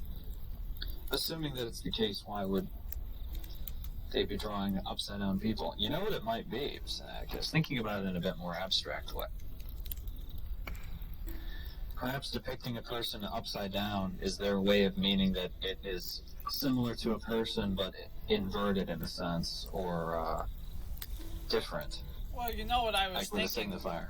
You know what I was thinking about the cave paintings? What? An example of Homo prototor. That's what I'm getting at.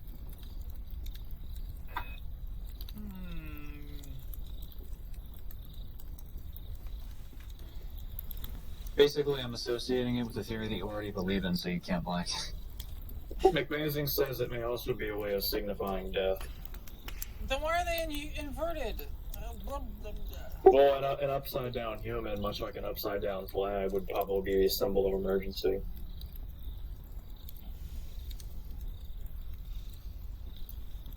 It's like a really easy way to convey like an unsettling emotion if you like draw a person that's upside down. It's like, oh, what does that mean?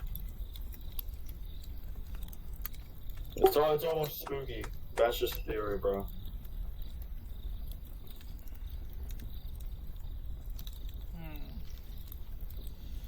I like what Boson's on about. Yeah, because y'all are autists and like to derail with shit like that.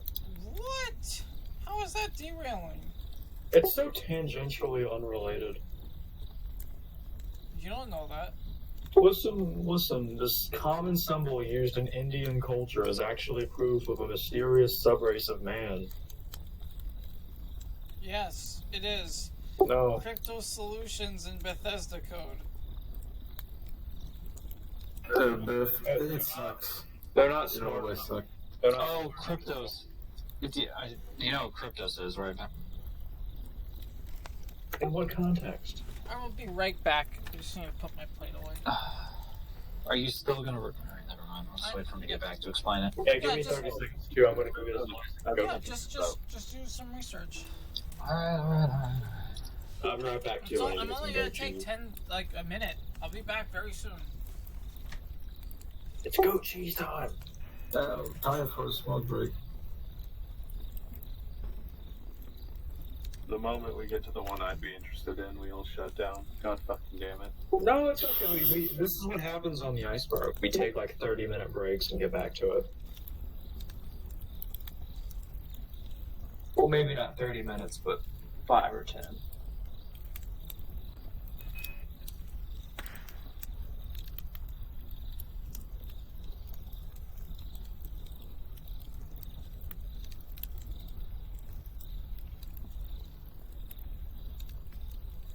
back.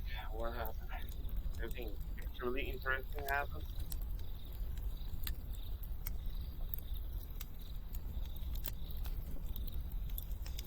Let me see. Hold on.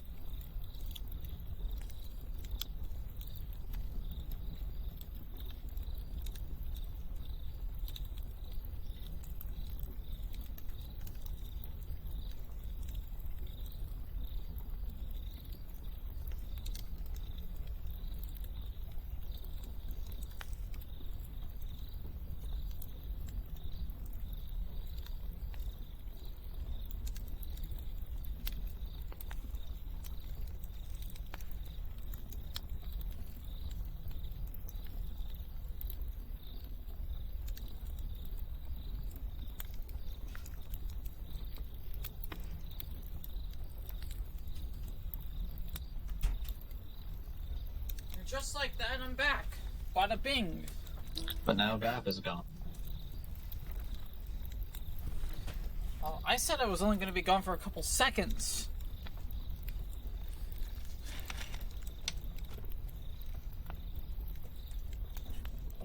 Alright. So I don't know what Kryptos is. Kryptos Explain to is me. Apparently an art. It's a sculpture. Yeah, it's a sculpture outside the FBI headquarters that contains a cryptographic code that has yet to be solved, even by the people at the FBI. CIA, you retard. Fuck it, it's the same. Shut the fuck up. Don't talk over me like you know more what you're talking about and then say the wrong shit. I do. You don't. You literally just said the wrong agency. Wait, who are you? Who's this? You're speaking to Todd Howard. Oh, that's right. Anyway. Got a picture of this, statue? Oh, Todd Howard did Google it, so I'm sure he's got a picture to post.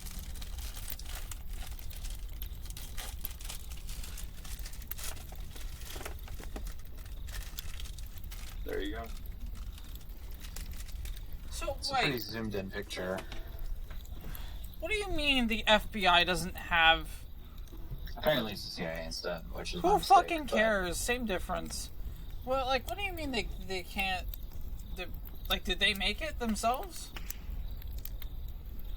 No. Yeah, they commissioned an artist, Jim Sanborn.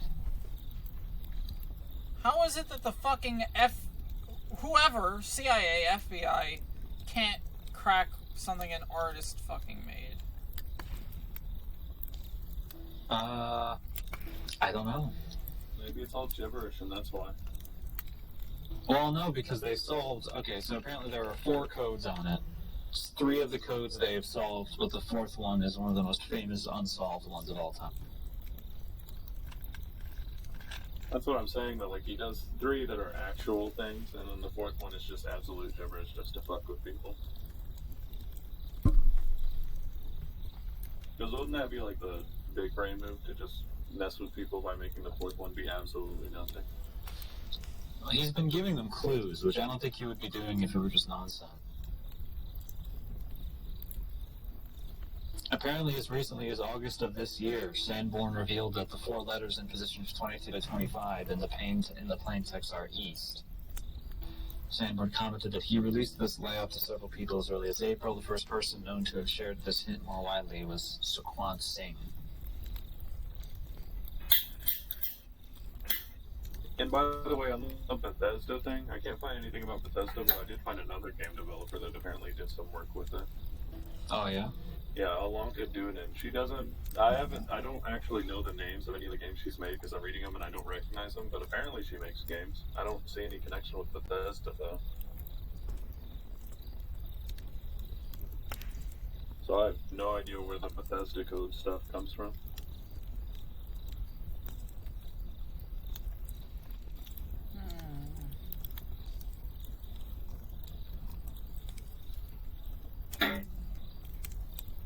So what if I just block the in Bethesda code and leave crypto solutions? That would be kind of amazing. I mean, evidently Bethesda ain't do nothing here, you fucking liar. In Invisible walls and barriers. I think we should wait for Baph to get back before we continue.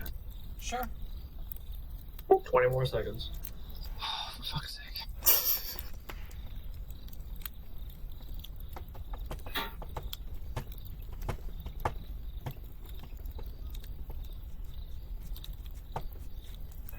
Nano UFO. Some of these fucking names, Jesus. JFK killed himself.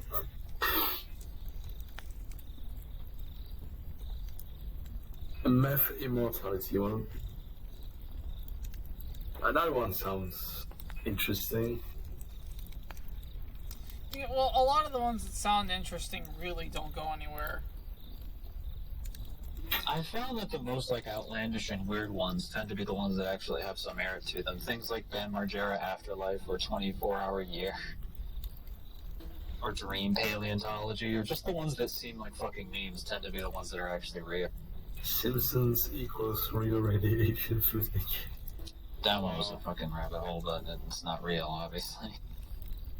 Well, I mean, rabbit holes are at least interesting. It doesn't have to be real to be interesting. What about meth immortality? I just looked it up on Google and the first thing that came out was a fucking iPhone post.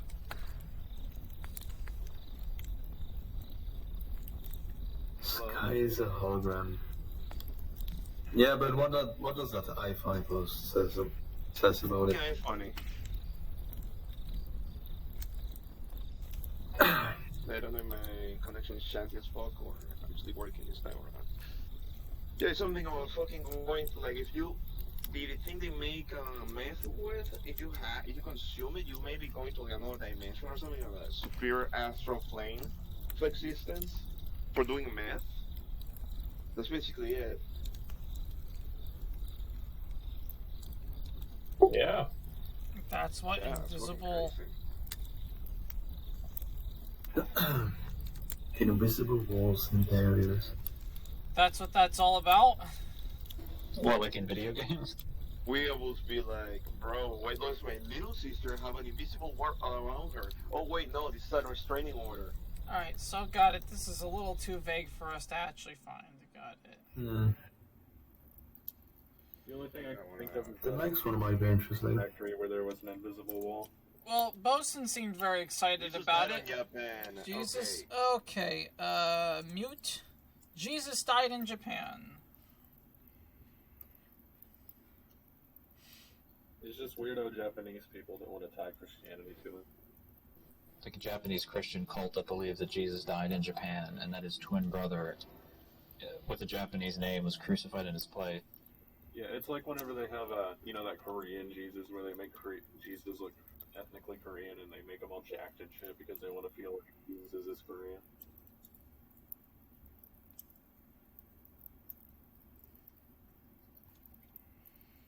Alright, so there's nothing to it. I mean, I wouldn't have to tell you that there's nothing to it, but... World War II Go on. No, we are already doing inverted humans. We're past that now. World War II, mostly crisis actors. Wow. Well, I wouldn't say it's the World War II part so much that's crisis actors. I was thinking the same thing. I mean, everyone was. I mean... You can't skip ahead, Churro. Jesus. Oh, I've muted him. I've muted him for interrupting. Yeah, unfortunately, me too. Anyway, I know what you're hinting at, Todd. No, 3 people did not make up the entire Holocaust. I could do it.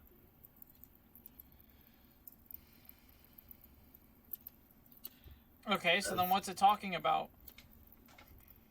I wouldn't call most of people that have been displaced by World War II fucking crisis actors. Sure. Yeah, I don't even know what the context of this is. Did all the governments decide to LARP one day? Well, basically, yeah. I mean, governments... What do you think the Nazis were? It could very easily be referring to all of the photography that came out of the area. Like, it was like one of the big wars where they had like a shit ton of footage, and it was one of the first times that, That's the sort of thing that happened. Well, that was also one of the first world that could be conflicts where we had cameras. Makes sense that we'd use them. Well, yeah, exactly. Like, either way, but I think that might be what it's getting at. Someone's blast in the background.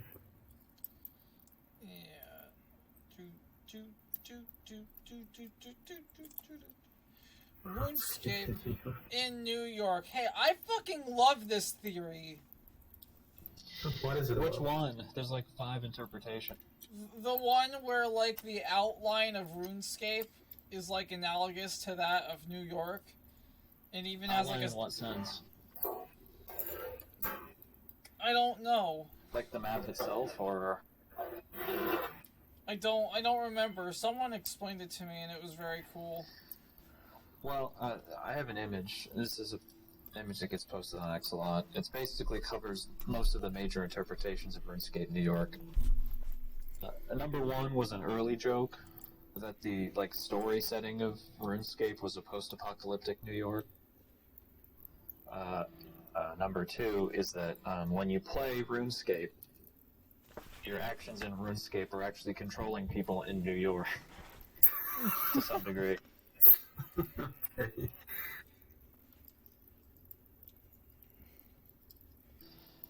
Others say that it has something to do with, the creators of RuneScape went to New York and saw living skeletons in the sewers and got paid off to stay quiet about it, but they turned it into the game RuneScape. The one that makes the most sense to me, though, is the Warren Sachs theory, which basically is about a researcher who came to X and said that they were a research associate of Warren Sachs, who's a media theorist who's known for computational maps of online social pattern. He said that he was mapping, he was tracking the interactions of hundreds of thousands of users of MMORPGs, including RuneScape. His claim was that after doing cross comparisons, there were some anomalous RuneScape servers that would rotate in routine micronetworks rather than interconnecting with disparate users as would be expected. And apparently, these maps of interactions on these anomalous RuneScape servers synced perfectly with maps of uses of residential areas in New York. That is weird. Yeah.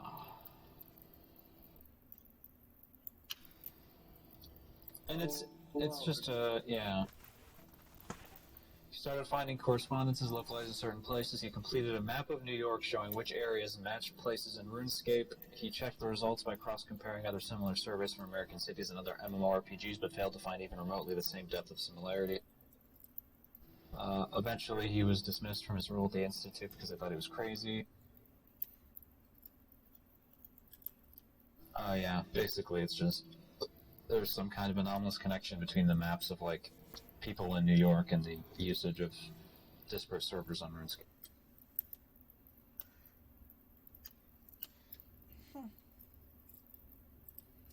Mariana Trench Bone Pit. I love this one because I really like deep sea shit. So I do try I. my very best to find any evidence of this, but I just could not find anything of human bone pits in the Marianas Trench. I really wished I did, but I could not find anything. That is unfortunate. If Judge Boy or Baph want to chime in on anything they may have found, Baph is posting in off topic, so I guess he's not looking into it, but Nice. if Judge Boy wants to... It's not my turn, you dumb fuck. I'm asking you to chip in, but... No. You have the sources for that one, I don't. I'm over here looking at Mariana Trench bone pick. That's the one that That's the one we're on. So, Baph, what have you found about the bone pit? Nothing. I just keep seeing articles about deepest dive ever finds plastic bag at bottom. Shut up, Churro. Just mute him. Yeah, deepest dive ever finds plastic bag at bottom of Mariana Trench. That's all I can find.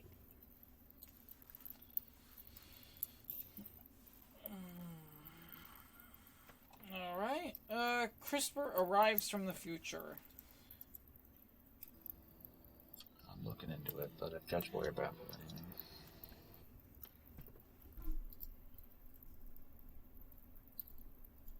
I didn't pre-research this, so I don't have anything.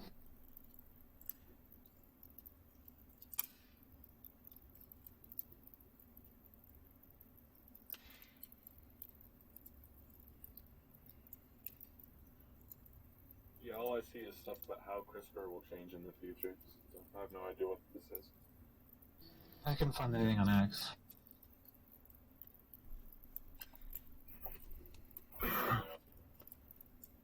Well, we did say that this is the most vague section.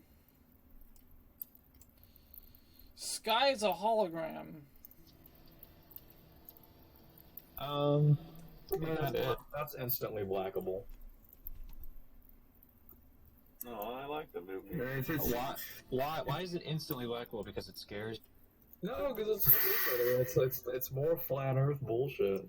Yeah, it's the same shit with simulated universe. Well, I mean, the definition of hologram is a bit vague.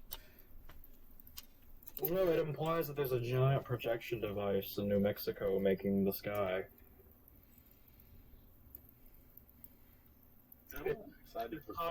It's hiding our feeble minds from the true nature of what lies beyond. I mean, it's kind of true. No. Super space. What, like the firmament from the fucking Bible?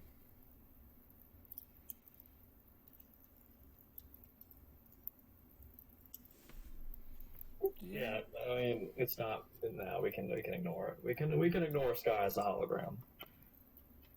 Tesseract Earth. Now, you might dismiss this as an Earth-shaped meme, but I feel like there's some merit to it in that, much like ourselves, the Earth is a bit of a four-dimensional entity, is it not? Yeah, of course. It travels through time. There's a future Earth and a past Earth, and they are connected physically. Yeah. So Earth is, in that sense, a tesseract. Fourth dimension is real, yes. I would argue it's not a tesseract because, you know, a tesseract has a certain that I'm not. Okay, Archon. Okay.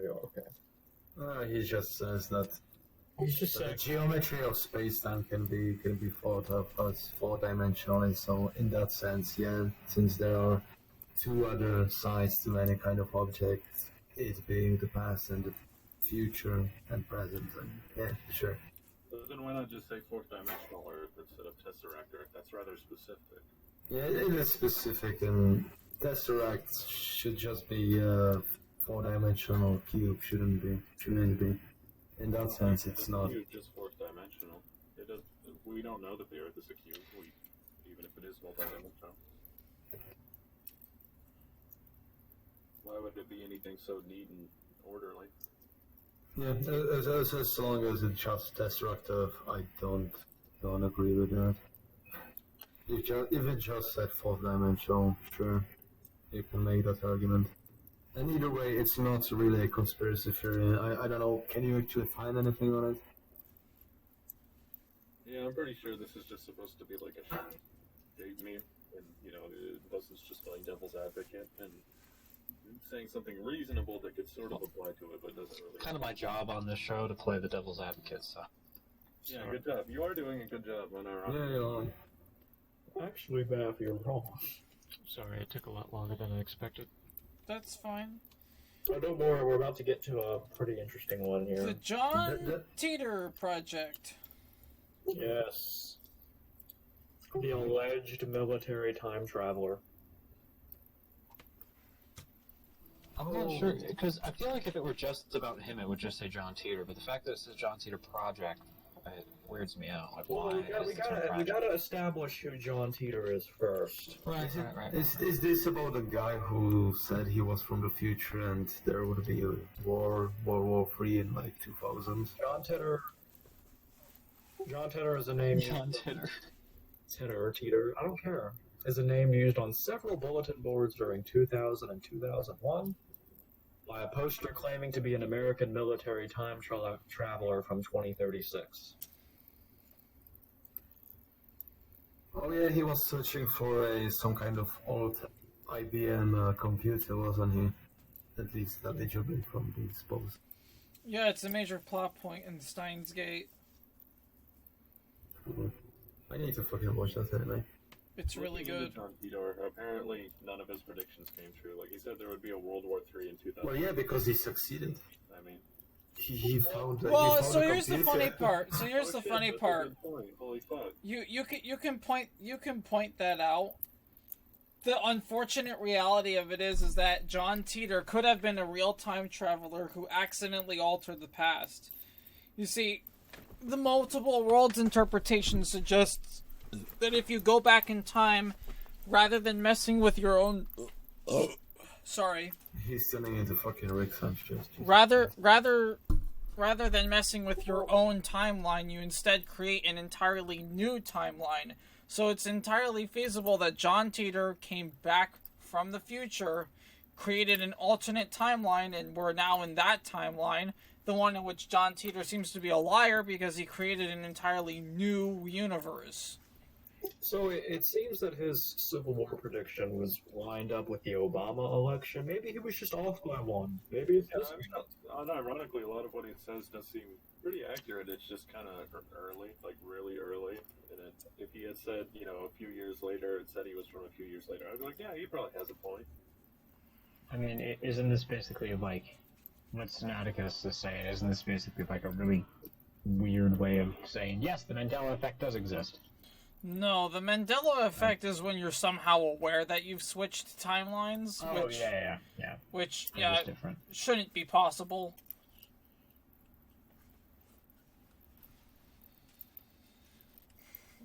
But yeah, so just because John Titor's predictions didn't happen doesn't mean that John Titor themselves isn't real.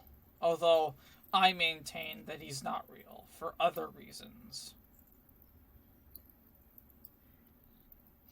I mean, yeah, it does sort of seem like a situation where you wouldn't really be able to prove it either way, because the situation is either he was a liar or he was successful.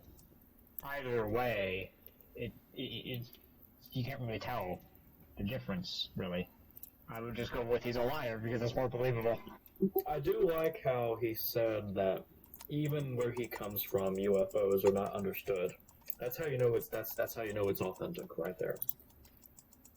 Yes, things that are by nature unidentified are by nature unidentified. He warned, he warned that spongiform encephali, essentially prion disease, would spread through beef products in the coming decades.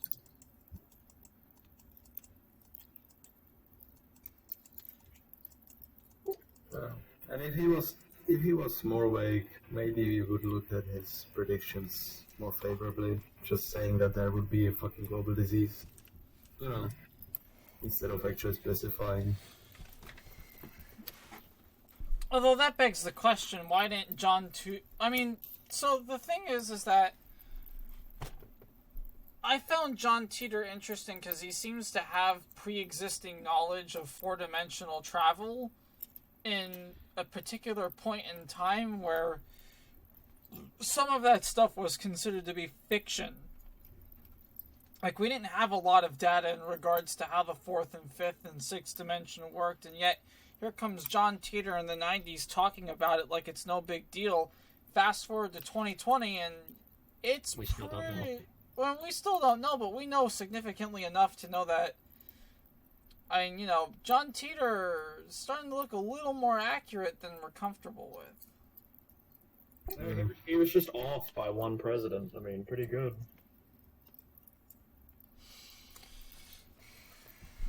Anyway, star travel is alchemy.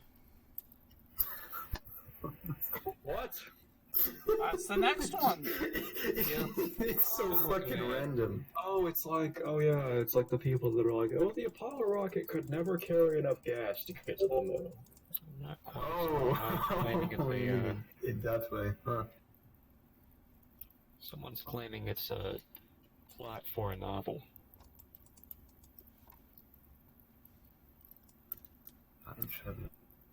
Why? I don't know, it looks kind of interesting.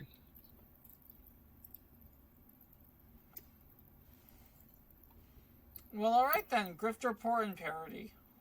Hold on now. Wasn't This one is the Grifter actually that real. They talk about it in Lost Media threads. I'm pretty sure someone made it, but no one has access to it. Yeah, lost media threads can make up whatever they want. I'm convinced that this is real. They make porn parodies of fucking everything, Baph. Well, first off, what is... I don't find it out of... Like, you can believe in the grifter being real or not. It's not, it's a meme, Well, but... first off... I don't find it out of the realm of possibility that someone would make a porn parody of a meme. It's already happened. What is They're trying to silence people with random noise posting. Hey, It's okay, annoying. well, what is the grifter? Let's start there. Everyone knows what the grifter is, Baph. I don't. I know. For fuck's sake. Because when I hear the grifter, I think of, like, obscure, like, Red Room things. That's not it, though. That is what it is. Oh, holy shit, it's a snuff film. Isn't the Grifter like? Isn't that like? Yeah, like the meme on fucking X where you like ask? Yeah, it's like a really shitty creepypasta.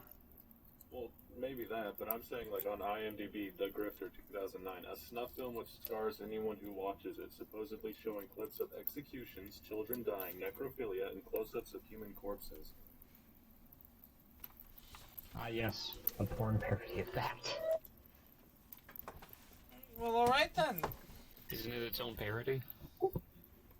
It's always got to be, like, the silliest, most violent shit they can think of for these creepypastas.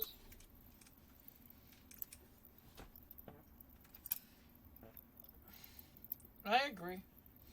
Let's move on to, Soft data catastrophe. that sounds interesting. Alright, yeah. You shut the fuck up, please. So basically, we're approaching a future in which people's entire lives are all produced by networks of feedback between data mining and content recommendation algorithms. The catastrophe is when these algorithms unconsciously lead people down dark paths. Algorithms could right now be making people into drug addicts, cult members, suicidals, narcissists, mass shooters. I mean, that's not the computer's fault, you think? Soft data is based on qualitative information such as rating, survey, or poll. The catastrophe is the use of all this data to target citizens by a government or secret society.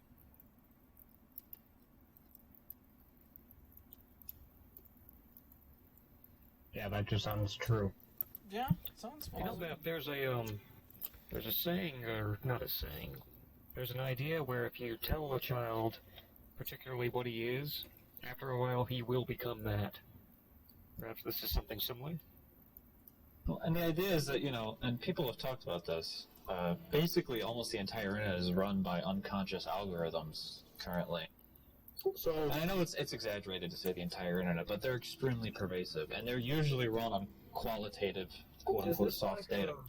Is this like a grimdark kind of singularity thing we're heading at here? I think that's a really simplified and honestly, intentionally minimizing view of it, but, I mean, if that makes you feel better to think about it in that context, I think sure. I think it's good for, like, sometimes oversimplification helps people. Well, because it has nothing really to do with a singularity, though. It's not about AI becoming self-aware. Oh, no, that's not what a singularity necessarily entails. You're talking about... No, that's literally what the singularity You're talking is. about an all-encompassing technology that changes human thought. Not even just that it changes human thought, just the fact that there will come a time in which the fact that these unconscious algorithms are running so much will cause issues because they're run on soft data, which is subject to change. I mean, I'd say we're already there, frankly. I mean, yeah, it's interesting. This reminds me of your deep dive into the YouTube MK Ultra tie-in. Yeah, I'm still waiting for that map hat video. It's on the docket. You've got a million videos on the docket too, Sinaticus. Don't come at me. The difference is that I am writing the script in real time and people can watch my progress at request. I'm actually gonna... Shut up. invert polarity Earth. Now, I have been doing a fuck ton of research on this because it's part of my upcoming video. Hey! So the invert polarity of Earth is not what you might think it is. The Earth's magnetic pole most certainly does shift. However, what these people are frequently talking about is the Earth's axis shifting via the sliding of the crusts. Now, I'm going to tell you right off the bat that that's just not physically possible. I mean, the axis can shift, but I don't know that it would ever invert. The axis moves in a circle in precession over the course of 24,600 something years. It's Earth's third motion. However, they mean like moving at like a 90-degree angle, moving, and over the course of a day. I'm having deja vu. I think we talked about this before. A day. Yes, a day. According to spirit science, the last North Pole was Hawaii. Wrap your fucking head around that one. Oh, that's why it's not there. So, I don't have to tell you that it's a load of horse shit. Moving on. Ancient aliens, ancient nanostructures, season 11. I mean, literally all you had to say for us to know it's bullshit is to say spirit science. Spirit science is demonstrating He's right about a lot of things. exceptional intelligence in some fields. I've not seen any good videos about that. He's just been taken by a cultic leader from... Oh, where was he? I think the Midwest. Karbon, Right. UFOs. This is nano UFOs. Yes, and a man claims that we're being observed by them.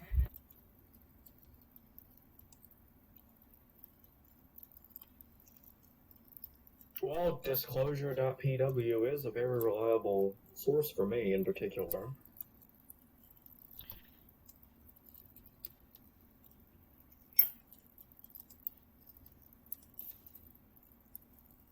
No one's gonna read it? I'm gonna click on it? Alright. I'm just looking. The So video's been apparently deleted. There's a recording from 2017. Although it was only released today, which is October 18th, 2018. Footage was shot on a GoPro drone. It's in HD. Shot in Clymer, New York. Is that right? Apparently he wanted to look at nature, and he says that he saw some sort of other drone flying past as a UFO. Something extremely small, too, apparently. Well, couldn't it just be like a sparrow? Yeah, it could also be a bat, but...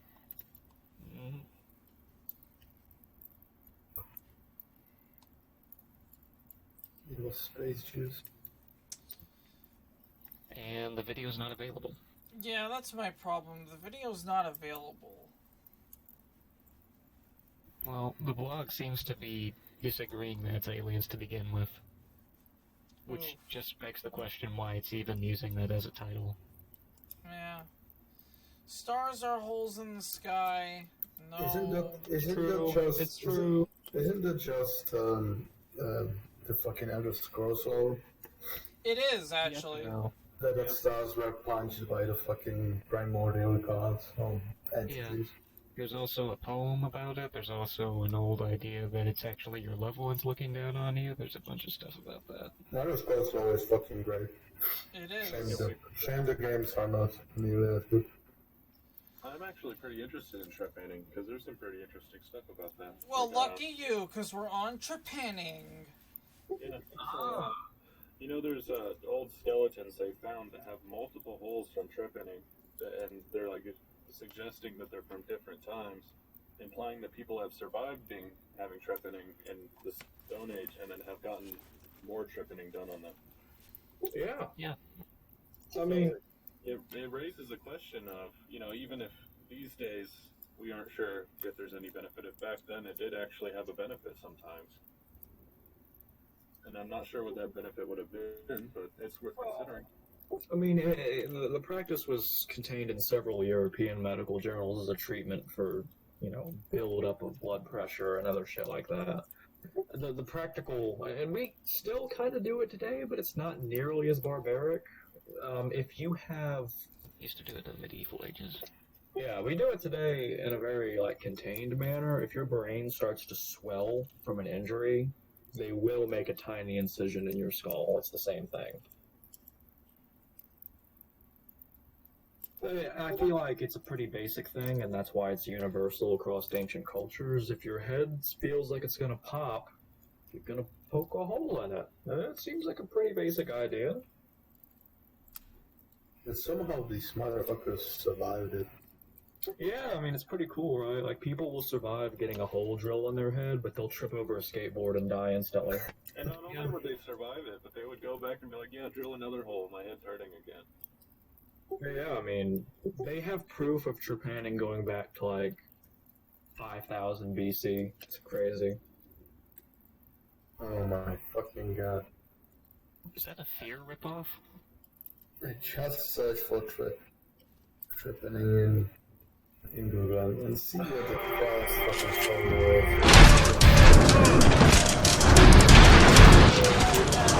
I remember this. That's a game inspired by fear. Yeah, if you look in voice, and this is a trepanning kit for the German Imperial Army. So yeah, this is just real. Yeah, it's just a normal medical procedure. Now, there are people... You read today. We're forgetting something. There's an esoteric approach to it that's not mentioned in the wiki article. I don't exactly remember what it's called, but there is a form of, I'm going to say witchcraft in quotes, where cutting a hole in your head releases spiritual energy. It also leaves you vulnerable to new energies. That's the theory. So the more you, cut your skull open, it's oh, wow, I mean, you might learn something new. It helps the chakra flow. Yeah. So, and I think there is actually groups of people who, for religious reasons, puncture their skull. You mean Africans? Perhaps. I mean, I don't remember the geographic region, sure. Voluntary trepanation. The practice of trepanning also continues today due to the belief of various pseudoscientific medical benefits, usually relying on religion. Mostly skulls, and I'm sorry, not skulls, mostly related to the soul. If you cut a hole, your soul flows. Well, I think we get the gist of it, and I think that's all we have to talk about. Oh, good. Newest trend in body modification. Holes in your head. Fucking... It survives to this day. Yeah. Oh, why'd you black it out? It's a real thing. It's not a conspiracy. Yeah, he's autistic about it, don't worry. At least it's on recording. Yeah, it'll be on the recording. Yeah, isn't point of this to look into the still surviving text more deeply? Yes. That'll be season 2. Alien Internet. Okay, so this one is interesting. Now, there's the very basic interpretation, which is, microchips and computers as technology that we reverse engineered from crashed UFOs or whatever. Which is pretty basic. I mean, most people could really believe that. But I prefer to subscribe to the way more schizo version of this, which is that the alien internet is literally the internet, and that when we are connected to the internet, it's actually the same internet that aliens use. but Explain some of the schizo poster. Well, yeah, that's part of it. All the things that you interpret as schizobabble and random spam nonsense on the internet are actually aliens using it.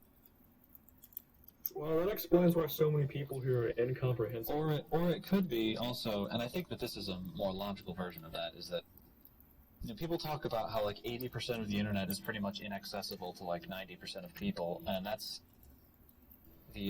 those are the alien sides of the internet. We just can't access them because we don't have the ability to.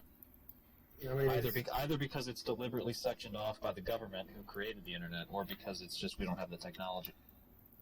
no. I mean, it's you could get into semantics like you did with the fucking other alien shit, with alien just meaning different. In that sense, yeah, it is alien because fuck, you have European in your internet, guys.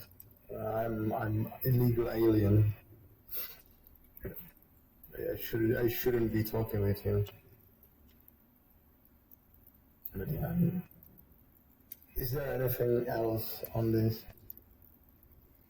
Is there just some kind of rabbit hole you can go into? Because if there isn't, there's no reason to keep it in. Right. I mean, I think it's plausible, which is why I think you should keep it. I mean, think of it from a reserve standpoint. Wouldn't the aliens use our internet to study our global culture? They don't even know that we exist in the same way that we don't really perceive the aliens being there. Because, I mean, think about it.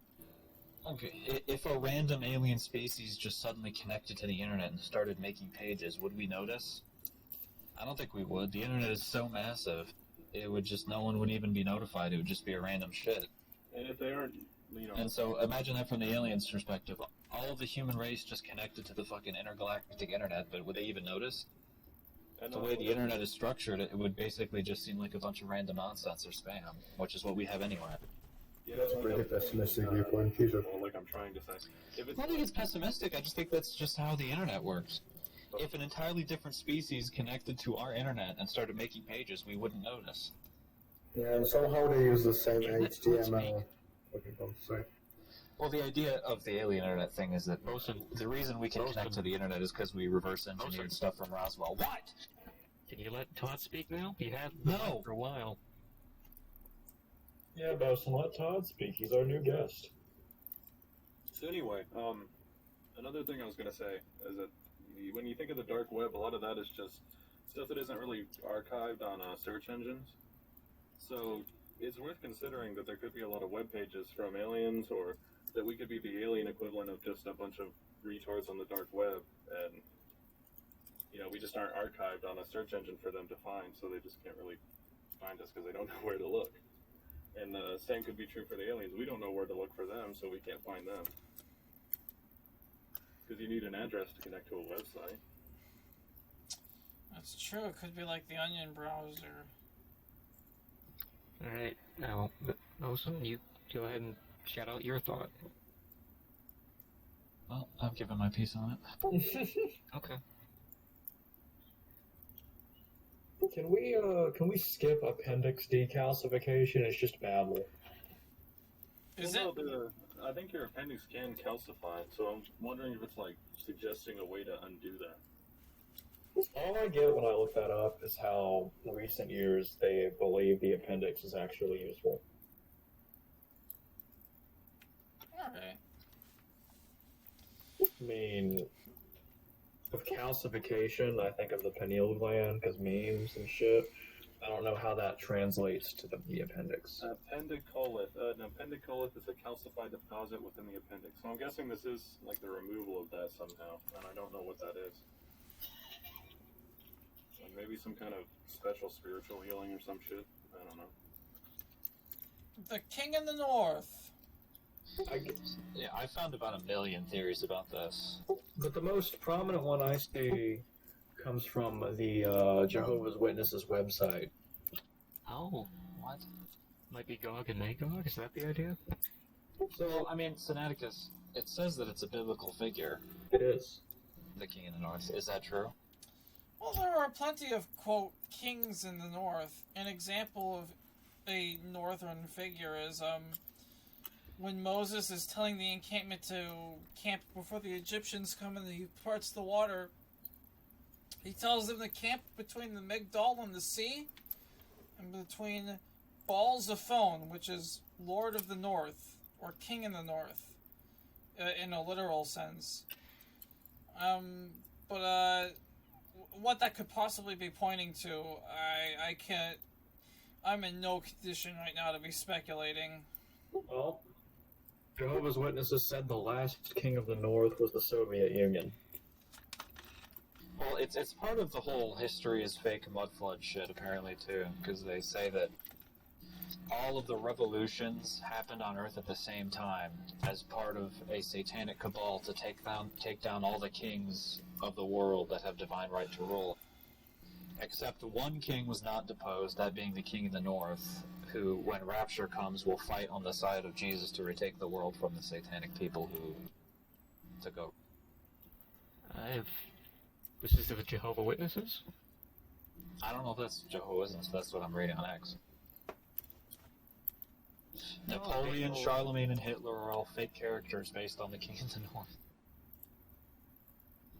It's also apparently an essay in the book Apocalypse Culture, saying that there's an extremely powerful force in Siberia that once ruled over the world in the distant past and is still detected by shamans, whatever that means. It seems to have doomsday tie-ins as well.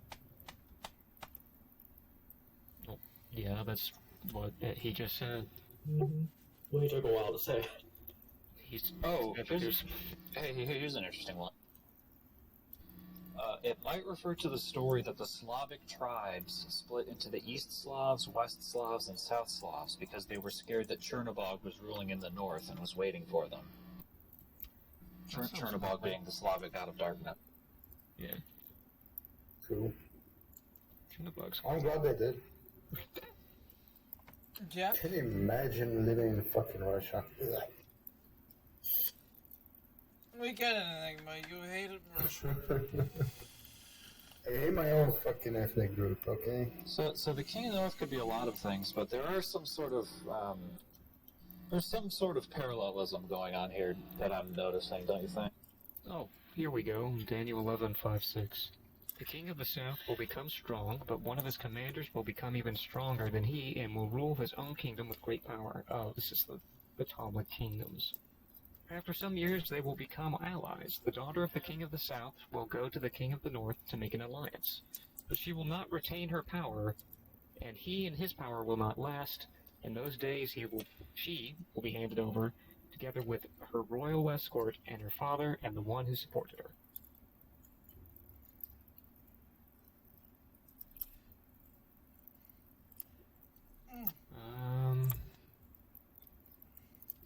What's your parallelism here, Boson, that you're noticing?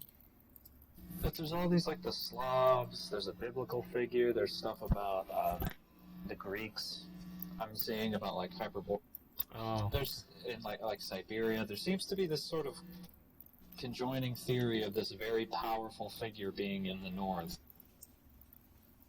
Like, this very powerful, like, ruling force that exists in the northern regions of the world around Siberia or Eastern Europe. And his name is Magog! Da, da, da, da. Well, no, according to the story, he fights against Gog and Magog. Want to hear something incredibly retarded? Sure. Chuck Norris's name means man from the north. I'm not joking. That's like the etymology of his name, apparently. So, that's the king of the north. The king of the north is a political entity. Mass-induced synesthesia. Boson, this is your ticket. Well, synesthesia is just when you associate different, like, senses together, like when your brain assigns colors to numbers, which I don't think I have synesthesia, but I do think that there are canon colors for each number. Could there be a... I don't know what the purpose would be to mass-induce synesthesia. There's probably a deeper meaning to it, but I just can't really see what it would be. Let's go with 7. Purple. Where are you getting these cannons from? So the way that it goes is 3 is yellow, 4 is red, 5 is orange, 6 is blue, 7 is purple, 8 is pink, and 9 is green. Corresponding to that is all the 30s are yellow, all the 40s are red, all the 50s are orange, and so on. That's pretty much autism. That's pretty much objective. No, that's objective. It's like those are the colors that each number is, and that's. I thought you would say that 7 is gold, fucking like yellow. So no, 7 is definitely purple. And if you think that's incorrect, then you're retarded. No, Enigma. I think it's kind of saffron, but you do you. Yeah, what did you say? Sorry. Think about it like this. 7 is the purple is the color of royalty. There we go. Yeah, and 7 is lucky. I get it. It's retarded. It's artistic, and I love it. This one's an interesting one. Medieval found footage. I can't. I have looked deep into it. It's been a meme on X for a very long time. But I think that might just be what it is a meme. Yeah, I found two things. One was a video that was apparently made using film footage from the 50s and 60s that, obviously isn't real. And then the other one is just, like an actual theory that maybe they used primitive photography for realistic paintings back when that was becoming a trend. Well, it's also partly related to the theory of the chronovisor, which is this thing that supposedly the Vatican created this device that you could use to view the past, but it's been people highly disputed as a hoax, although it's an interesting idea. I'll post the Wikipedia article for it. Using a chronovisor, you could get medieval footage, but I doubt that it's... I mean, medieval found footage is such a tantalizing idea, though. I really like it for that reason. I kind of like Todd's idea because I can see that happening. Alright. Human scripting. This is the theory that when a baby is born, its entire life history is injected into it through vaccines. Oh, okay. Okay, that's one thing that you must have seen. I saw something called script theory, which is just that human behavior is like a script, like a play script. What, just like NPC theory? Yeah.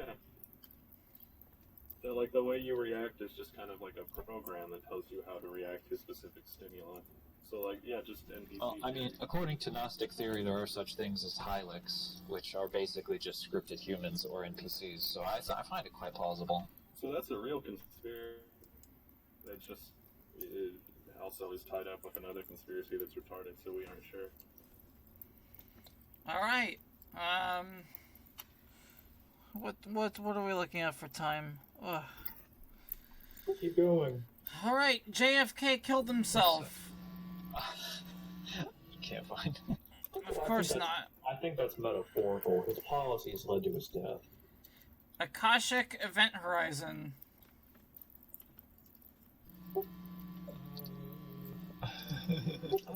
That sounds interesting. Let's do some research.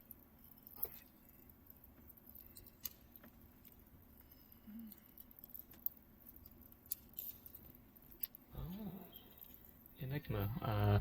At the end of Baph's thing, you can bring it up. Oh, sure. I'll find actually how it's properly called. So, we know what the Akashic records are, right?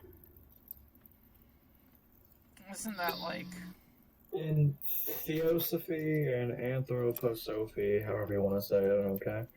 The Akashic Records is a compendium of all universal events, thoughts, words, emotions, and intent to have ever occurred in the past, present, or future. Not just for humans, but all life forms. right?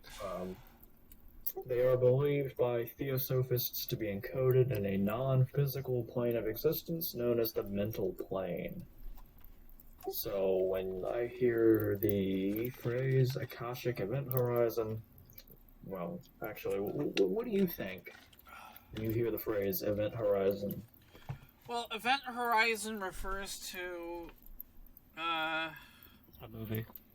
no, it's the edge of solar celestial bodies. Like the event horizon of a black hole is the point of no return.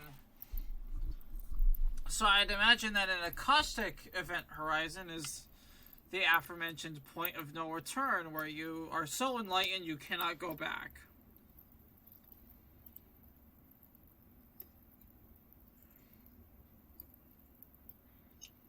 So, but a mass red pilling doesn't sound like what it's trying to hint at here. I didn't say that. No, what Felix said in voice. Maybe it's supposed to be like a singularity of knowledge. like how a black hole is the singularity and has an event horizon. Perhaps the collapse of the mental plane, and therefore all sentience.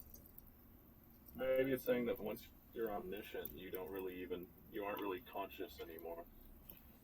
So Losing your being aware mind. of everything means you can't be aware of anything personal to you as an individual because there's just too much to process. Perhaps we break in to the mental plane and learn how to predict the future. Maybe Personally, it means ego death. yeah. Oh yeah.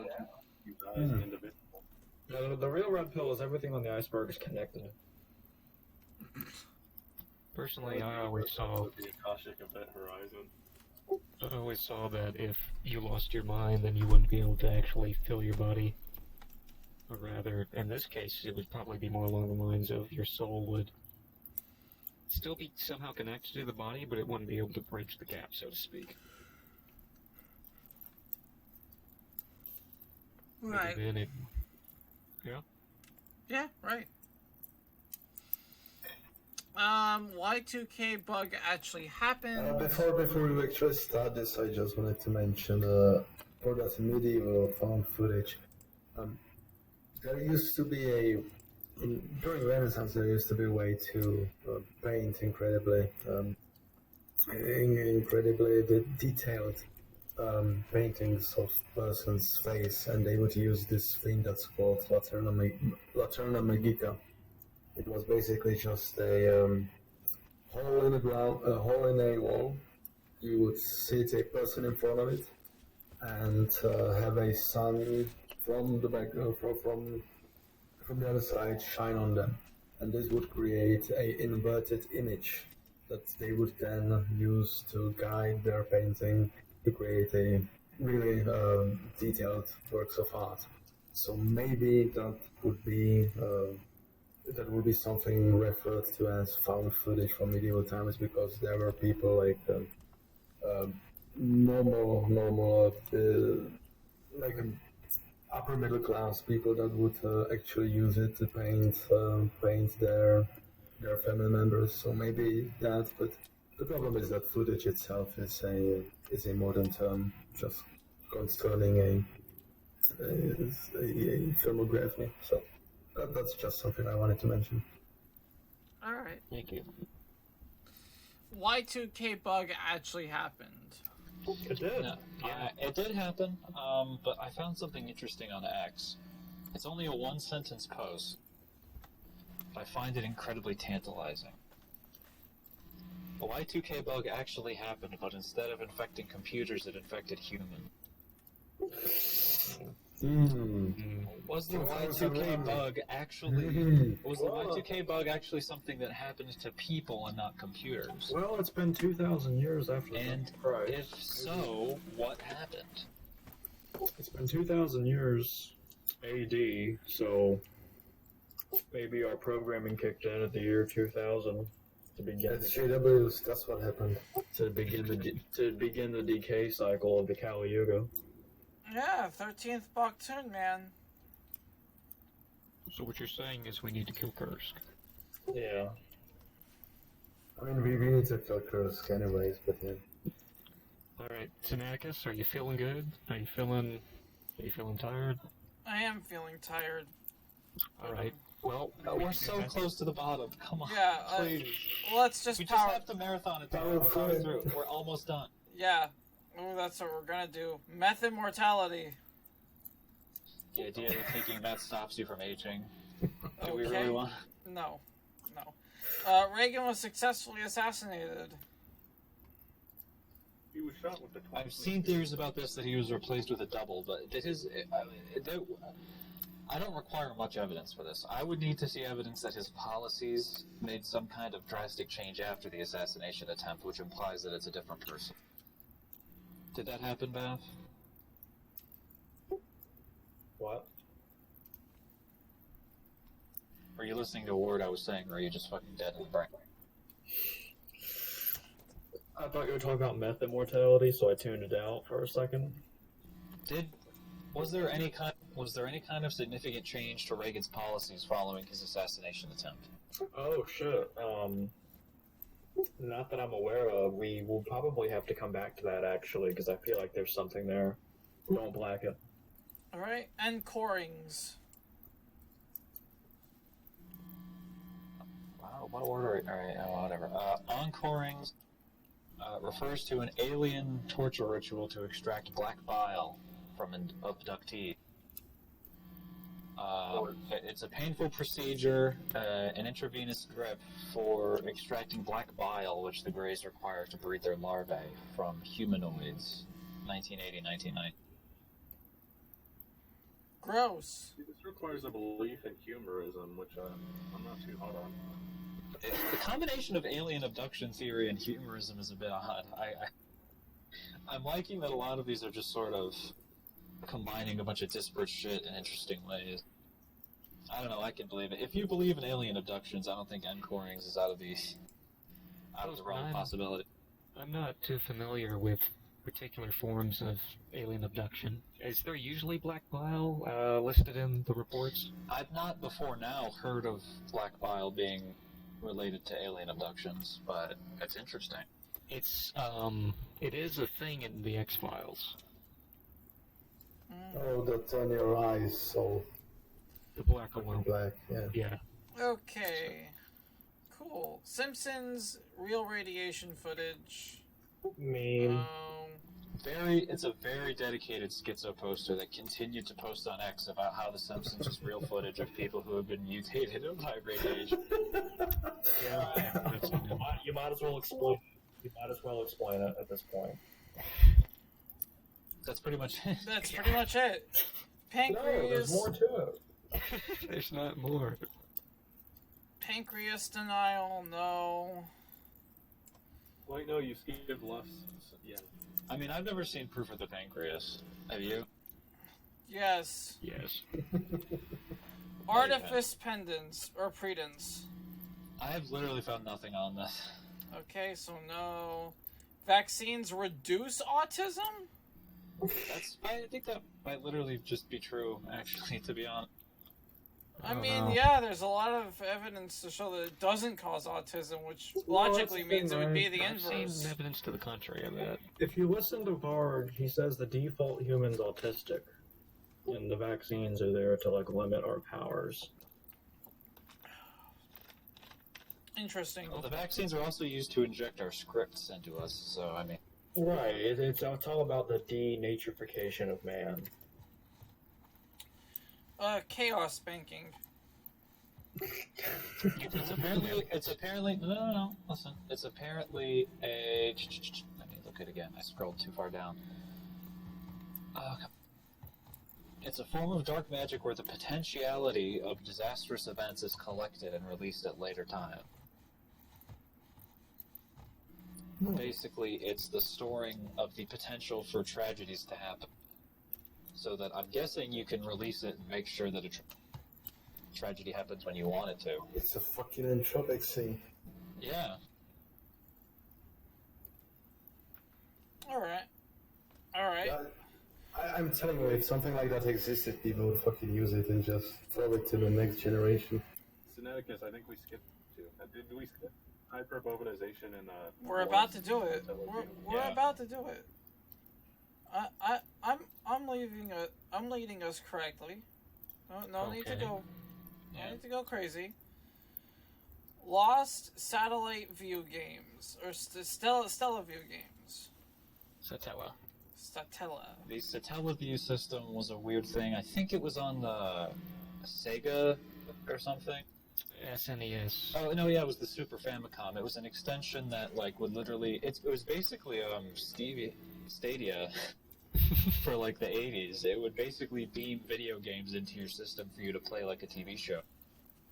But because of the nature of that, most of the games that were on it are completely lost because they're not on cartridges or anything. They were just beamed to the system through satellite and never seen again. Jesus Christ! So the potentiality for a bunch of 80s games. Apparently, there was even a Zelda game. Well, apparently it was pretty popular. There was a Zelda game that was on Satellaview that is lost, that no one has. BS Zelda no Densetsu. It was extremely expensive, but it had a couple thousand users. That's So cool. Sylvia was the VR this time. It broadcasted August 6, 1995 to January 1st, 1997. Yes, so the simulated Stellaview broadcast. There's a fucking YouTube channel dedicated to this shit. Now, Boson, when you say 19... Wait, was it the 80s or the 90s? I said the 80s, my bad, I meant the 90s. But it does say that it was for the Super Famicom, which is weird, because wasn't the Famicom the 80s? I thought it was. The Super Famicom was, Oh, yeah, that was the SNES, so that would have been the 90s. yeah. Oh, would be There was also a similar system. It didn't use satellite, but it used a modem. It was like internet streaming games to your TV in the late 80s.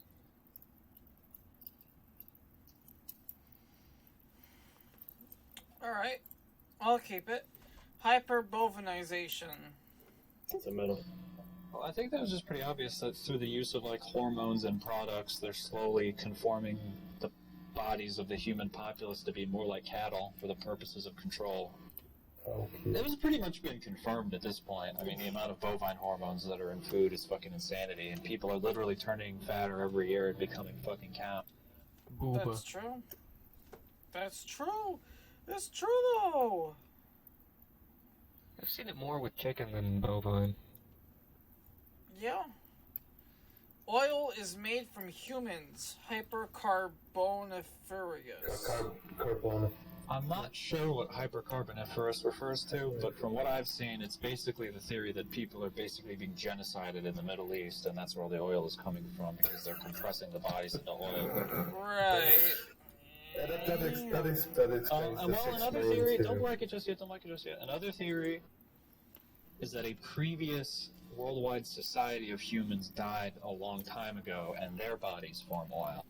That is so much more believable. I find that to be a little bit more believable. Continents beyond the ice wall. No. No, I have a picture. Alright, picture. fine. This is actually a peer-reviewed diagram. What? Oh no. Yeah, that was posted in like a, I think like a University of Columbia paper or something. Yeah. And hold up, because they've actually extended this multiple times as more information. Why do they call the second son Bull? What's the point? Bowl and soul. Yeah, here we go. Here's level 4. The theory is it goes on. Yeah. It just keeps going.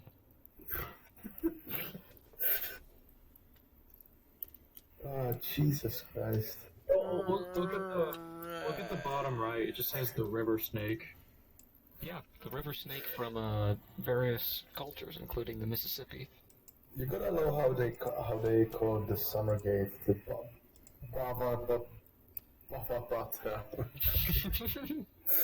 Yeah, before we move on, would you enter the Forbidden Channel?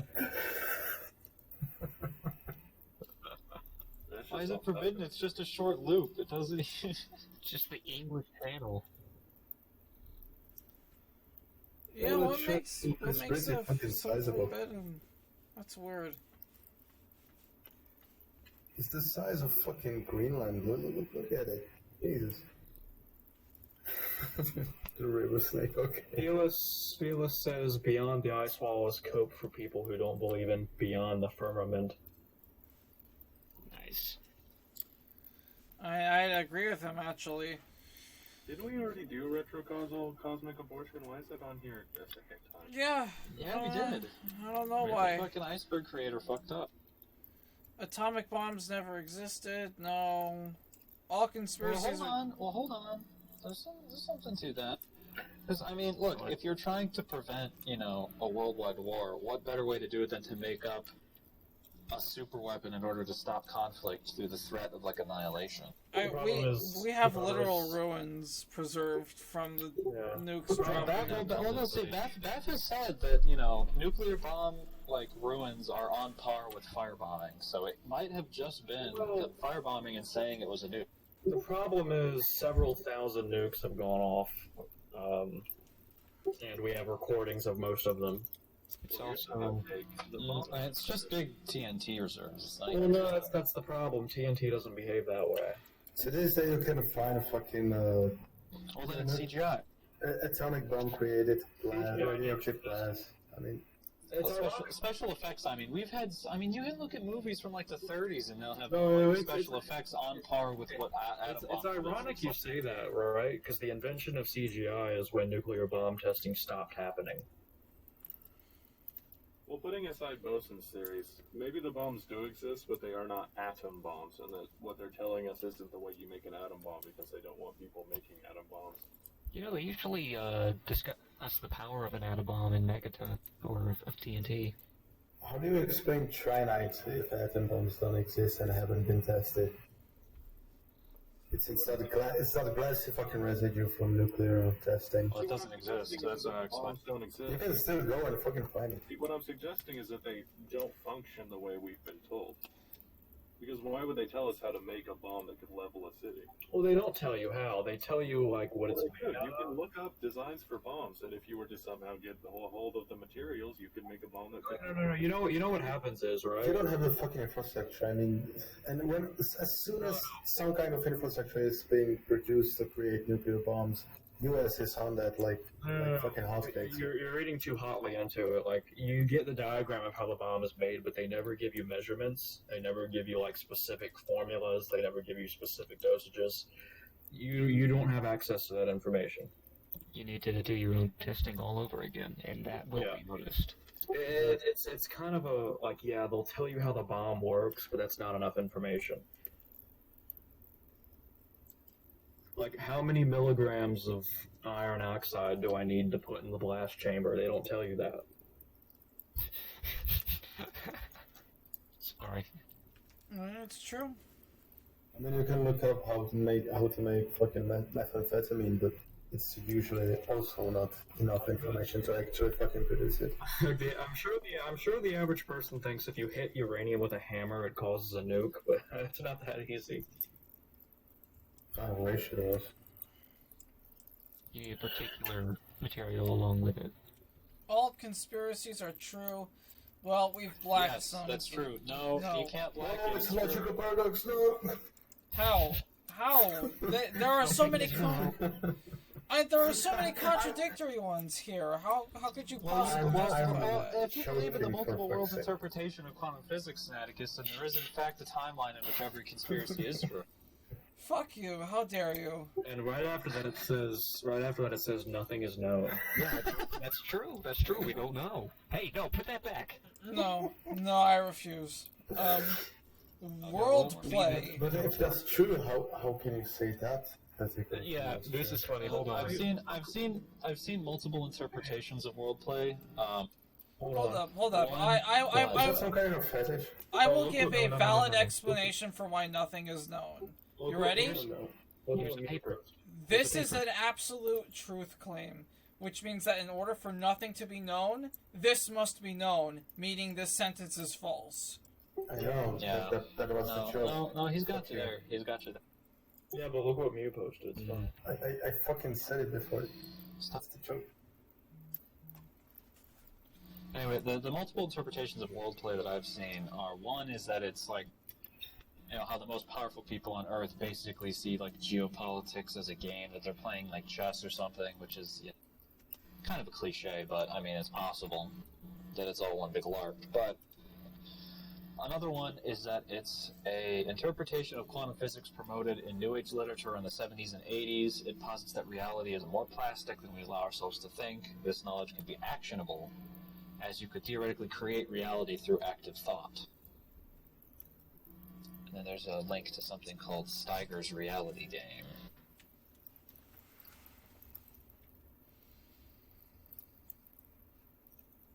So it doesn't seem too out of the realm of possibility, just the idea that reality is plastic to thought, which, I mean, I believe in anyway. Alright. I got you. Trees are mammals? No. Hold on. Oh no. You gotta let us look at before you got... But it's so blatantly wrong. What are you gonna pull up to possibly prove that? Don't coconuts have milk? No! Oh my goodness. That's not just how coconuts work. That's just what it's called! Coconut milk! I can't believe you tried that. X says trees are somehow mammals that re-evolved sessile. What's sessile? Okay. I think it's that section of mother's milk. I'm not sure. Are you saying Alright, you well, wouldn't fine. shut You up can on skip the it then. You can skip. It's obviously a maybe. I feel like the trees. Sky snack theory. Are trees mammals or reptiles? They don't lay snag, eggs. Sky snag theory is true fucking schizo, like beyond belief. So, explain Sky Snag. Well, it's this one schizo theory. Ah, shit, that's not what I wanted. I hate the way that if you, like, do copy link address from Google, it gives you this giant, overbearing Google URL instead of just giving you the link address. It's basically the schizo theory of this one person, like, on par with Time Cube, that, like, the sky is a fabric, and what we perceive as UFOs are actually just, the sky, like, snagging on itself and ripping apart or something. What? That's interesting. Let me see if I can... Sky snag theory. What is Aurora Borealis then? It's also Okay, yeah, here you go. Look at that. Oh, thanks, Fearless, for nothing. Look at this web. He's making sure our fire's going. You leave him alone. Just look at that web. This is Ghost Schizo. What the hell? what the When the air is tearing itself apart, the resulting sky snag. Okay, yeah, sure. Where Is are it a more plausible explanation for UFOs than aliens, though? I have to ask. No. I'd sooner believe in aliens. No. You mentioned the tab. Why is it a Yahoo logo? What does Yahoo have to do with this? Do you want to come back to Soviet abiogenesis in the future? We just like skip it. I have a bunch of stuff open that I could post if you want me to. Alright, Let's do it. go ahead, do it. Alright, so it refers to this doctor named Chudnov, who in 19... Oh my... Yeah, okay, never mind. If you click on that link, I know it's a long one, but it's because of a specific section of this New Sciences publication from 1972. Does this relate to the dog head experiment? No, it doesn't. Dr. Chudnov was called in because of something going on in a potassium mine in the Ural Mountains. And upon looking at the flakes of potassium in the potassium mines, he discovered like microbe structures. He originally believed them to be like ancient algae, but he later published a theory that it wasn't, and that it was actually like living like proteins or whatever forming out of the rock, which would be a form of abiogenesis. Oh. Okay, this is actually really interesting to go into deep dive. If you need more proof, here's a newspaper article about it. The full text of which can be found here. Me and Enkrum did a deeper dive in which we looked into it a little bit more, but the basic idea is that this Chudnov guy, I think it goes under the term Chudnov affair, but I'm not entirely sure about it. So what did the potassium do again? Chudnov had dissolved a piece of potassium ore in distilled water as part of an effort to explain its red color. Okay, so he was called in because the potassium was turning red. He found the small flakes of material beginning to float away from the rock, and when he examined one of them under a microscope, he saw that it contained numerous microorganisms. He examined the water in the flask, which was now swarming with living organisms, apparently reanimated. He placed some in test tubes and was staggered to see them grow and reproduce, apparently unharmed from being locked inside potassium crystals, yada yada. Yeah, but he couldn't find any explanation for those microorganisms being there other than them literally forming from the potassium. I don't want to...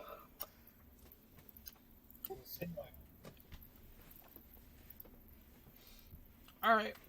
Doom Maybe it ecology. was some kind of archaea that just. I mean, if we can't reproduce this, it seems more like they're an inefficient system. Well, again, you can't actually reproduce abiogenesis because apparently it takes very specific situations. So I would argue that even if we tried, we probably couldn't, because as proponents of abiogenesis say, it requires very specific conditions to occur. Well, yeah, but you're gonna reproduce those conditions. I mean, the fact is that. Well, we've been trying for years and haven't been able to. So Oh, apparently well, it's not that easy. we've been trying for 50 years. How could we not fucking find it to this point? I mean, Okay. So if we've been trying for 50 years and it hasn't happened yet, then logically speaking, we wouldn't be able to reproduce it even if it was discovered by Chudnov in '72. yeah, but he could have analyzed it. He could have analyzed the fucking conditions more carefully. If you actually have some evidence, you can actually get into that context in which you follow this evidence and reproduce it. If we can't reproduce it, then I'm apt to say it didn't happen at all. Well, okay, well, but even if it didn't happen, what makes you think it didn't happen? It's not substantiated. I just posted a new fucking scientist publication and a newspaper article and a fucking archive.org link that all point to it existing and happening. Yeah, I don't know why you're thinking that. Yeah, Like, there's a number of interpretations you could have of this, but one of them was definitely not, it didn't even happen. That's the most brainlet take. There's also the fact that if organic molecules did come to be, it's usually believed that they would just disappear rather than creating new life because bacteria would eat it. So it's entirely possible that somebody contaminated the place where it was, and that's why they can't reproduce it. A normal bacteria will probably die because of osmotic pressure. It's just fucking. It's potassium. It's going to be dissolved and assimilated into new shit. type of life, so it would have You to have be a different. wide range of bacteria on you. You could probably have at least one that would survive and multiply. Couldn't it be just some kind of extremophile archaea or some shit like that that survived inside of those rocks? Yeah, I was thinking that too. And that was my first one when I heard this, because it would be interesting to actually go into deep dive on this. Because it's a new scientist fucking article, there probably is some kind of resolution, but point is, was it actually archived, or can we actually learn more about this dude?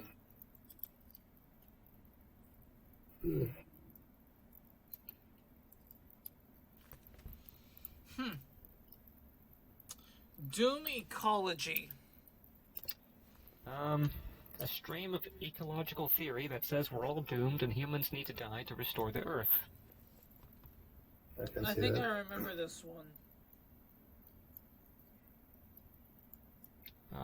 It says that there is apparently a bunch of other explanations from other iceberg threads. Well, not just from threads, from other iceberg images.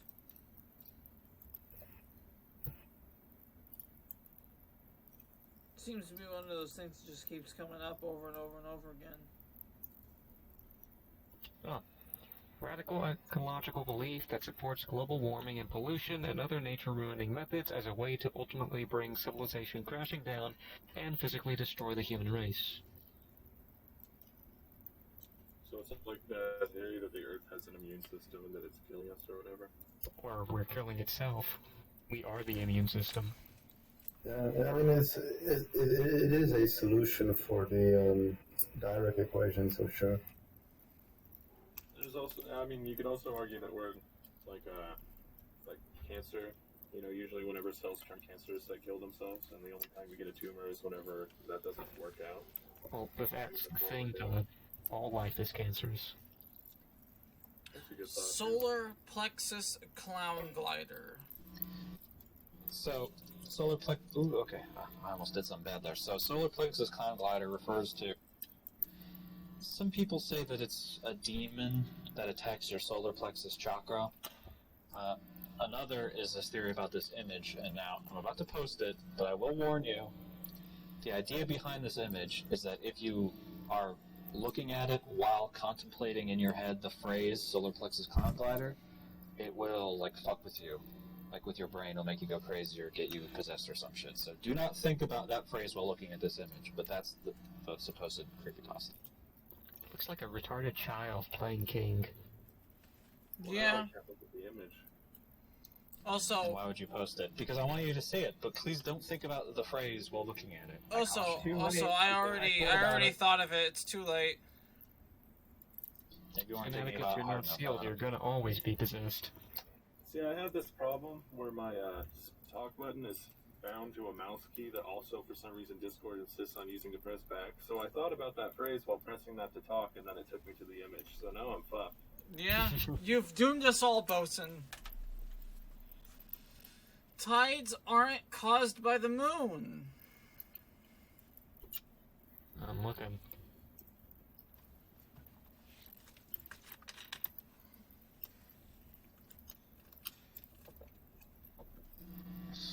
I mean, it's possible.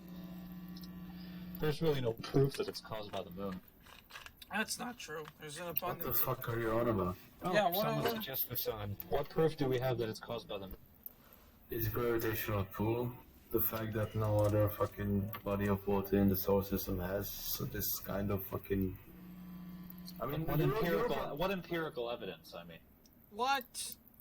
I mean, Oh, someone suggested giant monsters fighting under the sea.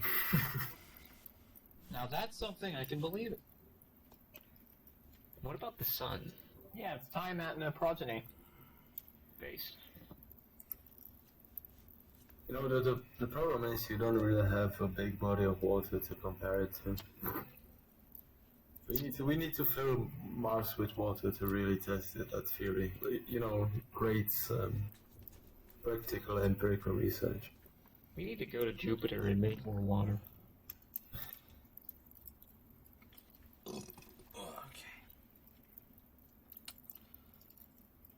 That is a no. Oh, that's sad. Chanel Online. It's a game by Saint.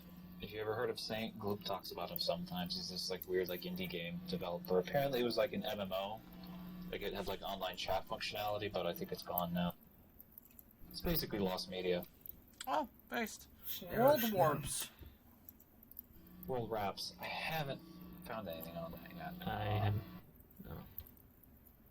Baph, you got something for that? No, I don't. Apparently it's a restaurant chain, but it has an extra P in the wraps. Yeah, I don't think that's quite it. Earth is the only true planet. I mean, yeah, pretty much. Yeah. We don't know if the actual. What proof do we have that it's not? What proof we have that we do? What's a true planet? Not you. Rynox. Two-sided shape is not possible. You're the fucking college educated guy. Is it real? Is it No. two-sided shape real? No, have it's a not two-sided possible. Yes, it is. What about Mobius strip? It's just literally a plane. A Mobius strip is not a two-sided object. Yeah, it was just one plane. Yeah, I'm sorry. Still a Forget I said some. Two-sided shapes are not possible. Yes, they are. No, keep that up. You can have a two-sided shape. Alright, Todd, go on. What is a line, Sinaticus? That's not a two-sided shape. It has two sides to it. No. All right, The universe okay, ended let's long just ago. point it on either side. That's a two-sided shape. The universe ended long ago. Definition of a shape, the external form, contours, or outline of someone or something. So a line could technically be a shape. If you had a thick line, but that would constitute it being a shape and not a line. There is a very clear distinction between a shape and a line. To describe what the shape is. You've not proven that the shape can exist. I'm not wasting my time explaining the metaphysics of this. It's not possible. It's a geometric thing. What are you talking about? Do we have anything for the universe ended long ago? Isn't that a really popular like pop sci theory? Like that the universe ended and what we live in is like a holographic projection on the edge of a black hole or something? Yeah. I don't really understand the whole black hole hologram thing. It's above my pay grade, but apparently it's a real theory. I mean, I'm studying physics and even I don't get it. It sounds like coke to me. There's also the typical theory that, the universe ends and then it starts again. Yeah, the expanding. Yeah. Life is an unproven theory. That's true, but is that really a conspiracy? That's not really a conspiracy, no. The truth does not exist, no. Alright. Okay, go on, Boson. Well, it was about the whole life is an unproven theory thing, and it's basically like what do they call it? Like Cartesian skepticism or something. Like, I think, therefore I am, related, like not working. I don't know. Even as a scientific theory, it's life as a whole. It's not really a proven model. I mean, you have things like abiogenesis that you don't really know how it actually fucking started off. So Sinaticus, are you could just say it's erasing unproven. all of the philosophical concepts? No. We're almost at the end and you guys are splitting hairs? Come on. This is what the iceberg is for. Recursive singularity created by 9/11 holds reality together. Alright, well, this is related to the 9/11 happens every year thing. Because obviously 9/11 happens every year. That's true. But the theory that the interpretation of that is that there is a ritual in which people are sacrificed every year in a tragedy on par with 9/11 that happens every year. That's part of this whole thing, that the reason that they continually mass sacrifice people through tragedies every year is in order to hold reality together in a sort of Mayan sun sacrifice ritual, and that you have to keep committing sacrifice in order to keep the universe going, because if you don't, it will collapse. Did you already talk about the psychic vampires in relation to 9/11? I didn't. This is a good time for you to talk about it, though, I guess. Alright. There's another... there's technically two ideas about 9/11 happening every other year, or every year. And that is the idea of the negative emotional experience related to that, and how it always seems to always come up, or always talked about in such a way. Even if not necessarily for the Twin Towers attack, but for maybe something else. Usually psychic vampires will try to... Well, the idea is that they try to reconstruct something similar, or some sort of terrible tragedy, in order to feed off those emotions. There's also the idea that the Islamists just really want revenge, so they just keep doing it over and over again.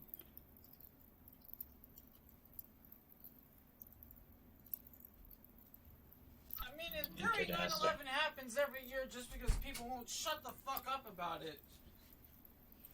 Maybe that's for the vampires' plan. And that's what holds reality together. If people stopped talking about it, we all die.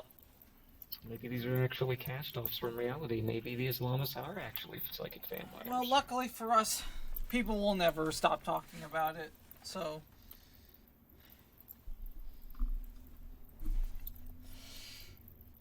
Well, I guess we're keeping that one. Hollow Universe. I believe this is a inversion of the popular theory that the universe is curved in higher dimension. But rather than it being that, it's curved in the sense that it's a sphere that we're on the surface of, it's actually curved in the opposite direction, and that we're on the inside of a sphere in the higher spatial dimension. And I can't disprove that, so... God's Last Wish. Looking it up. There are a fucking million interpretations of this one. It's pretty true.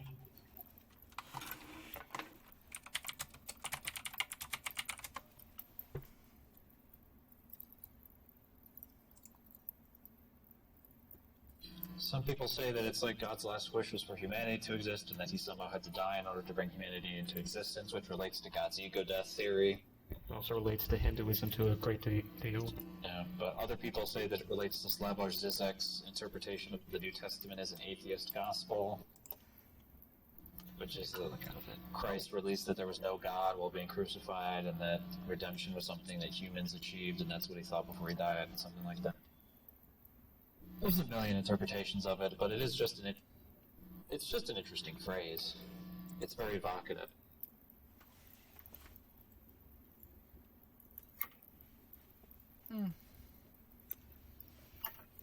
CCAXX1. So apparently, a computer virus that can spread to the human body through eye contact. Nice. There's It was also invented by the CIA as part of the MK Ultra program. it's also either a secret squad of super soldiers or I think that another was rebel some agency. other podcast faggot's interpretation of it, but yeah, I feel it's basically memetics. There's this article about it called Deep Web AI Singularity Conspiracy. We're not on that yet, Todd Howard. Fucking calm down. If you look into this article that I posted, there's like 1 million citations on it, like links to random PDFs and articles that I can't even begin to look into. It's so fucking long. It's definitely deeper dive material. Alright. Molecules can be seen with the human eye. That fucking thumbnail, Jesus. I know. Single atom is visible to the naked human eye. So this is just true. It's not even really conspiracy. It's just how it is. There could be a molecule that large, but I don't know it. Well, I just posted an atom, like an atom on its own that you can see with the naked eye, so surely a molecule could be if it was large enough. Do they have a picture? I feel like if they were visible to the naked eye, we would definitely have figured that out by now. Yeah, click on the article and you can see the picture. Oh, that's It's real cool. small, but you can see it. Oh yeah, How there it heavy is. that thing is. There it is, bro. I wonder how that feels if you touch it. Like an atom. Metal strontium. Really? I thought it would be bigger. I'm gonna touch it. You can't stop me. 38. Where are we at? Atoms don't have temperature. We're on half matter. If that's the case, Judge Boy, how come we're not burning to death right now? Yeah, I can't find anything about half matter on that. So, are any of you more versed? Hold on.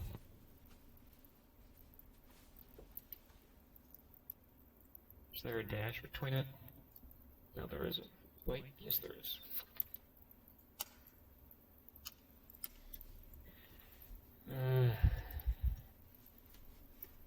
I'm not seeing anything immediately. Alright, guess we're just gonna move on. Nougat. Ah, shit. I should have looked this one up. Fuck. Give me a second. Nougat is just like something you can't. That's not the same type. I mean, like, well, then that's just chicken nugget, right? You can see the stream.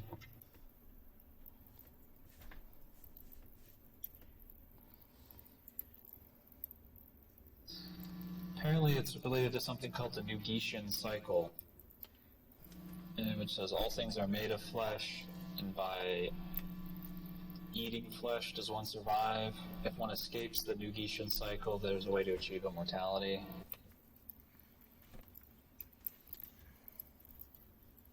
Oh, wait a minute. Hold on, what is this? In 1990, a poorly made amateur-quality children's film was released under the name Spinosaurus. It was an attempt to secretly share with the public the fact that not only do dinos still exist in Southeast Asia, but that their continued existence was a contributor, blah blah blah, losing in Vietnam. Once the feds learned of this movie, they threatened not only global military hegemony, but also mankind's perception of prehistory. CIA spent such special agents to all major cities and had the masquerade as film critics to pan the movie. All the film reels were collected by a shadowy service known as Nougat. Some ideas were taken from the story and repurposed as another former popular dino movie, Jurassic Park.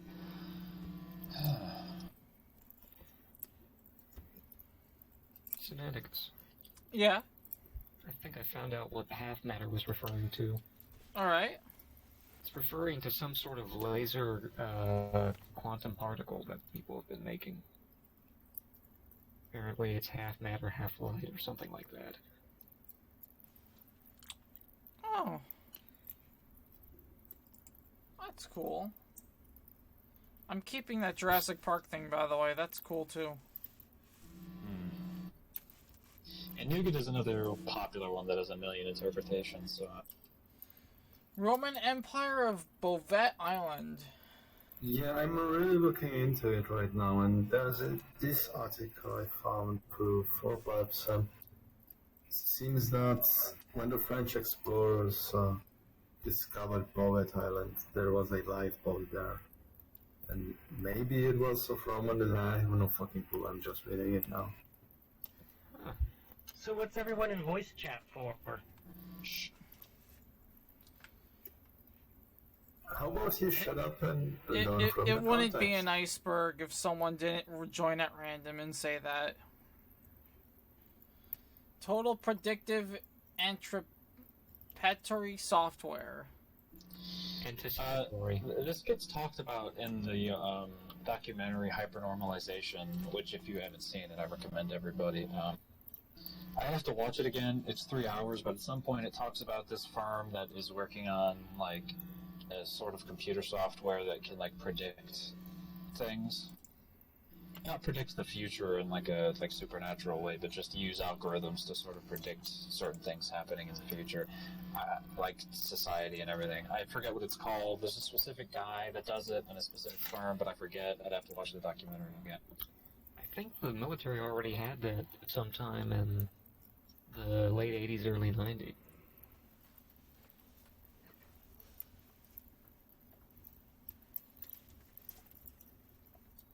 Alright then. Christ equals U.S. President from the future.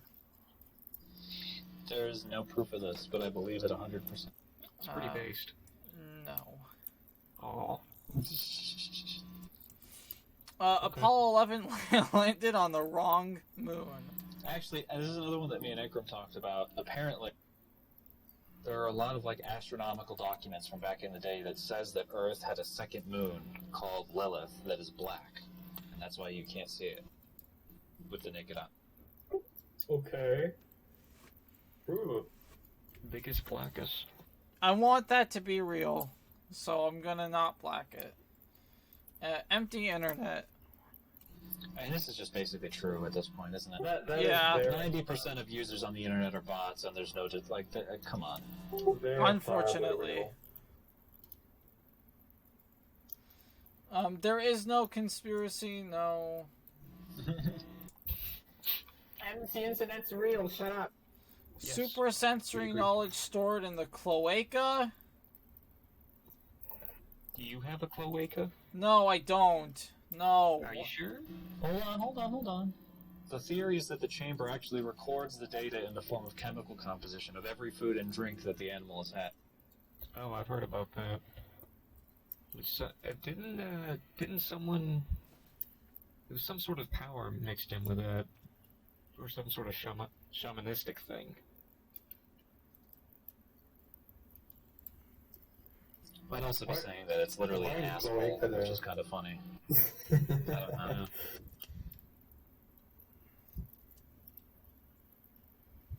Alright. The third hemisphere of the brain. This could be referring to the triune brain theory, and it's talking about the lizard brain. Could be talking about the prefrontal cortex. There's a few interpretations. I'm looking into it, and there's a prefrontal cortex is a recent development in human biology. There's a conceptualized future self, something that only a few humans are actually able to conceive of. Prefrontal cortex. Do you know anything about that, Sinaticus? Because I'm not familiar with it. Oh, someone suggests that dolphins and killer whales have it. I remember hearing something about the prefrontal cortex. It sounded pretty convincing to me. I'm not really an expert in this field. Corpus callosum. That doesn't sound right. No.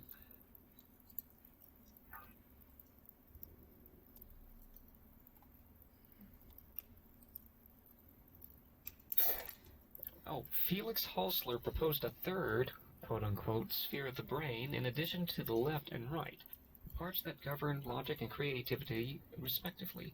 The third hemisphere has to do with repetition, accuracy, and speed. Felix Halsler is... I can't find him. Who is this man?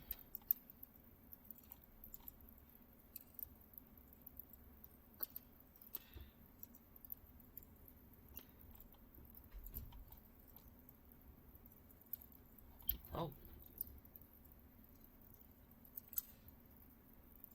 There's a Vice article about it. Okay, well, basically, it's true.